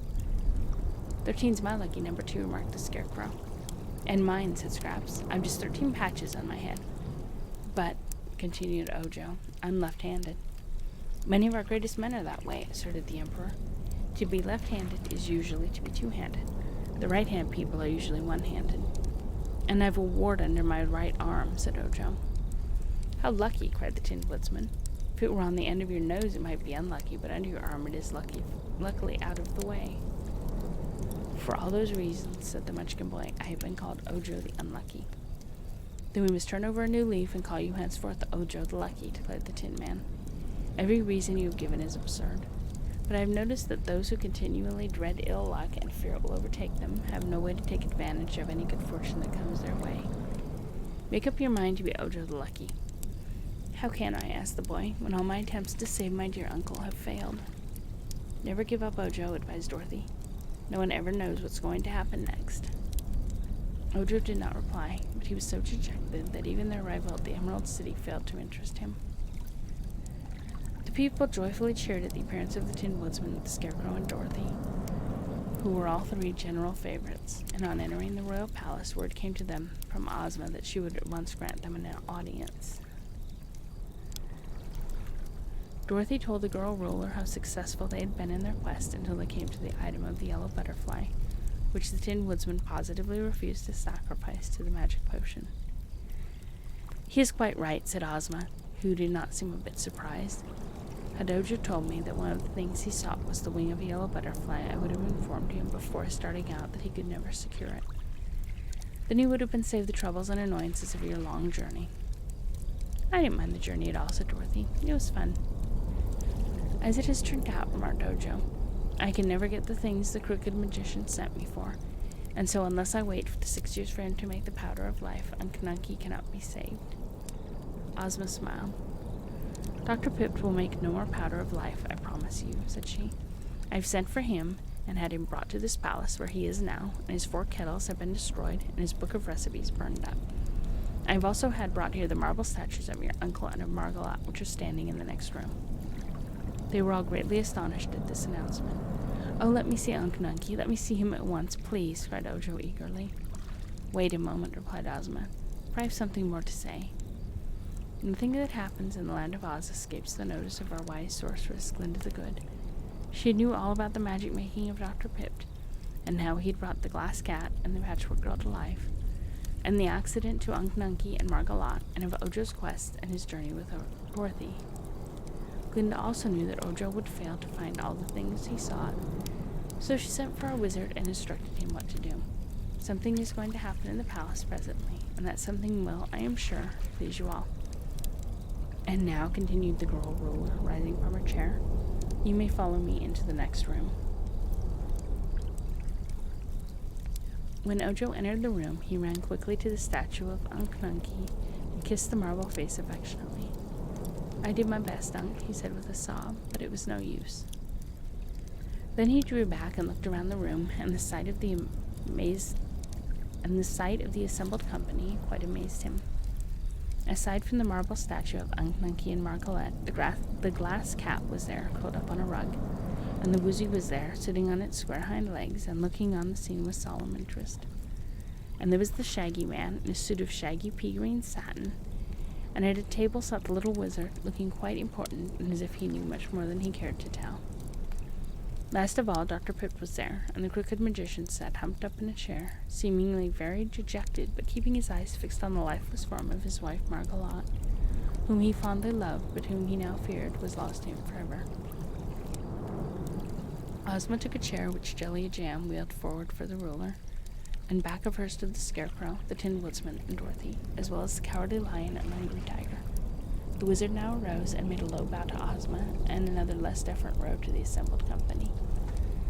Ladies and gentlemen and beasts, he said, I beg to announce that our gracious ruler has permitted me to obey the commands of the great sorceress, Glinda the Good, whose humble assistant I am proud to be.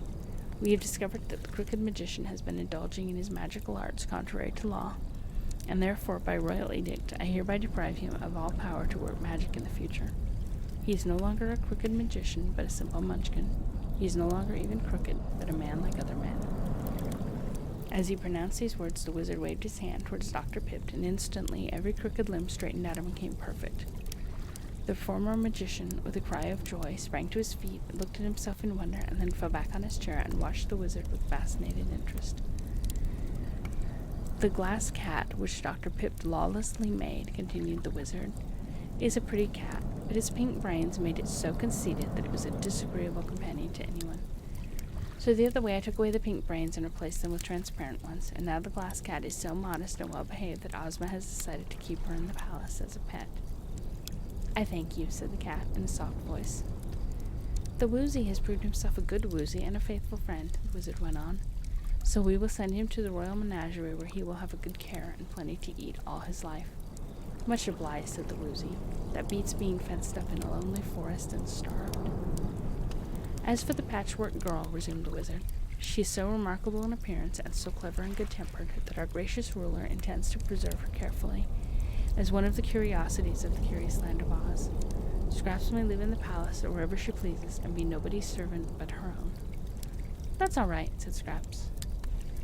We have all been interested in Ojo, the little wizard continued, because his love for his unfortunate uncle has led him bravely to face all sorts of dangers in order that he might rescue him. The Munchkin boy has a loyal and generous heart and has done his best to restore Uncanunky to life. He has failed, but there are others more powerful than the crooked magician, and there are other ways than Dr. Pipt knew of to destroy the charm of the liquid of petrification. Glinda the Good has told me of one way, and you shall now learn how great is the knowledge and power of our peerless sorceress." As he said this, the wizard advanced to the statue of Margolotte and made a magic pass, at the same time muttering a magic word that none could hear distinctly. At once the woman moved, turned her head wonderingly this way and that to note all who stood before her, and seeing Dr. Pip, ran forward and threw herself into her husband's outstretched arms. Then the wizard made the magic pass and spoke the magic word before the statue of Unc-Nunkie. The old munchkin immediately came to life and with a low bow to the wizard said, "Thanks." But now Ojo rushed up and threw his arms joyfully around his uncle, and the old man hugged his little nephew tenderly and stroked his hair and wiped away the boy's tears with a handkerchief. For Ojo was crying from pure happiness. Ozma came forward to congratulate them. "I have given to you, my dear Ojo and Unc-Nunkie, a nice house just outside the walls of the Emerald City," she said, "and there you shall make your future home and be under my protection." "Didn't I say you were Ojo the Lucky?" asked the Tin Woodsman, as everyone crowded around to shake Ojo's hand. Jesus. "Yes, and it is true," replied Ojo gratefully. And that is the end of the story. That ended kind of abruptly, but at the end. So that was the Patchwork Girl of Oz. No tree hunking donkeys in it, thank goodness. I am surprised I managed to get through the entire book, honestly. And that is going to be the end of this stream. Let me see who we can go and who I can send you all to. And thank you all very much for being here. I'm glad the story was still going when you woke up, Kari. Let's see who is online. We have got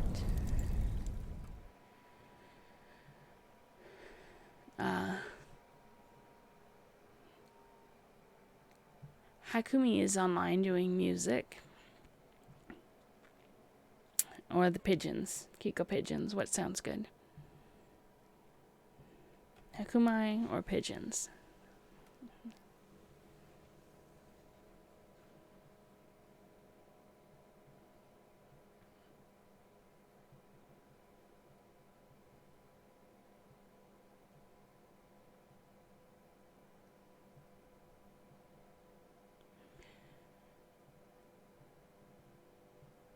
You want to go to the pigeons? Alrighty. Pigeons it shall be.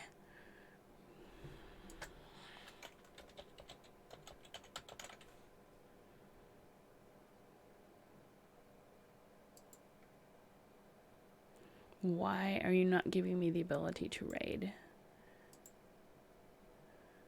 There we go. Alright. Go and enjoy the pigeons and say hi to them all. I know they are such sweet little birds, especially when they get their little faces right up in the camera. Have a good night, everyone. Thanks for joining me. I hope you enjoyed the story, despite my little screw-ups and not being able to speak. Have a great rest of your weekend and a great morning or night. Some of us, I think, should be asleep. I'll see you all soon. Bye.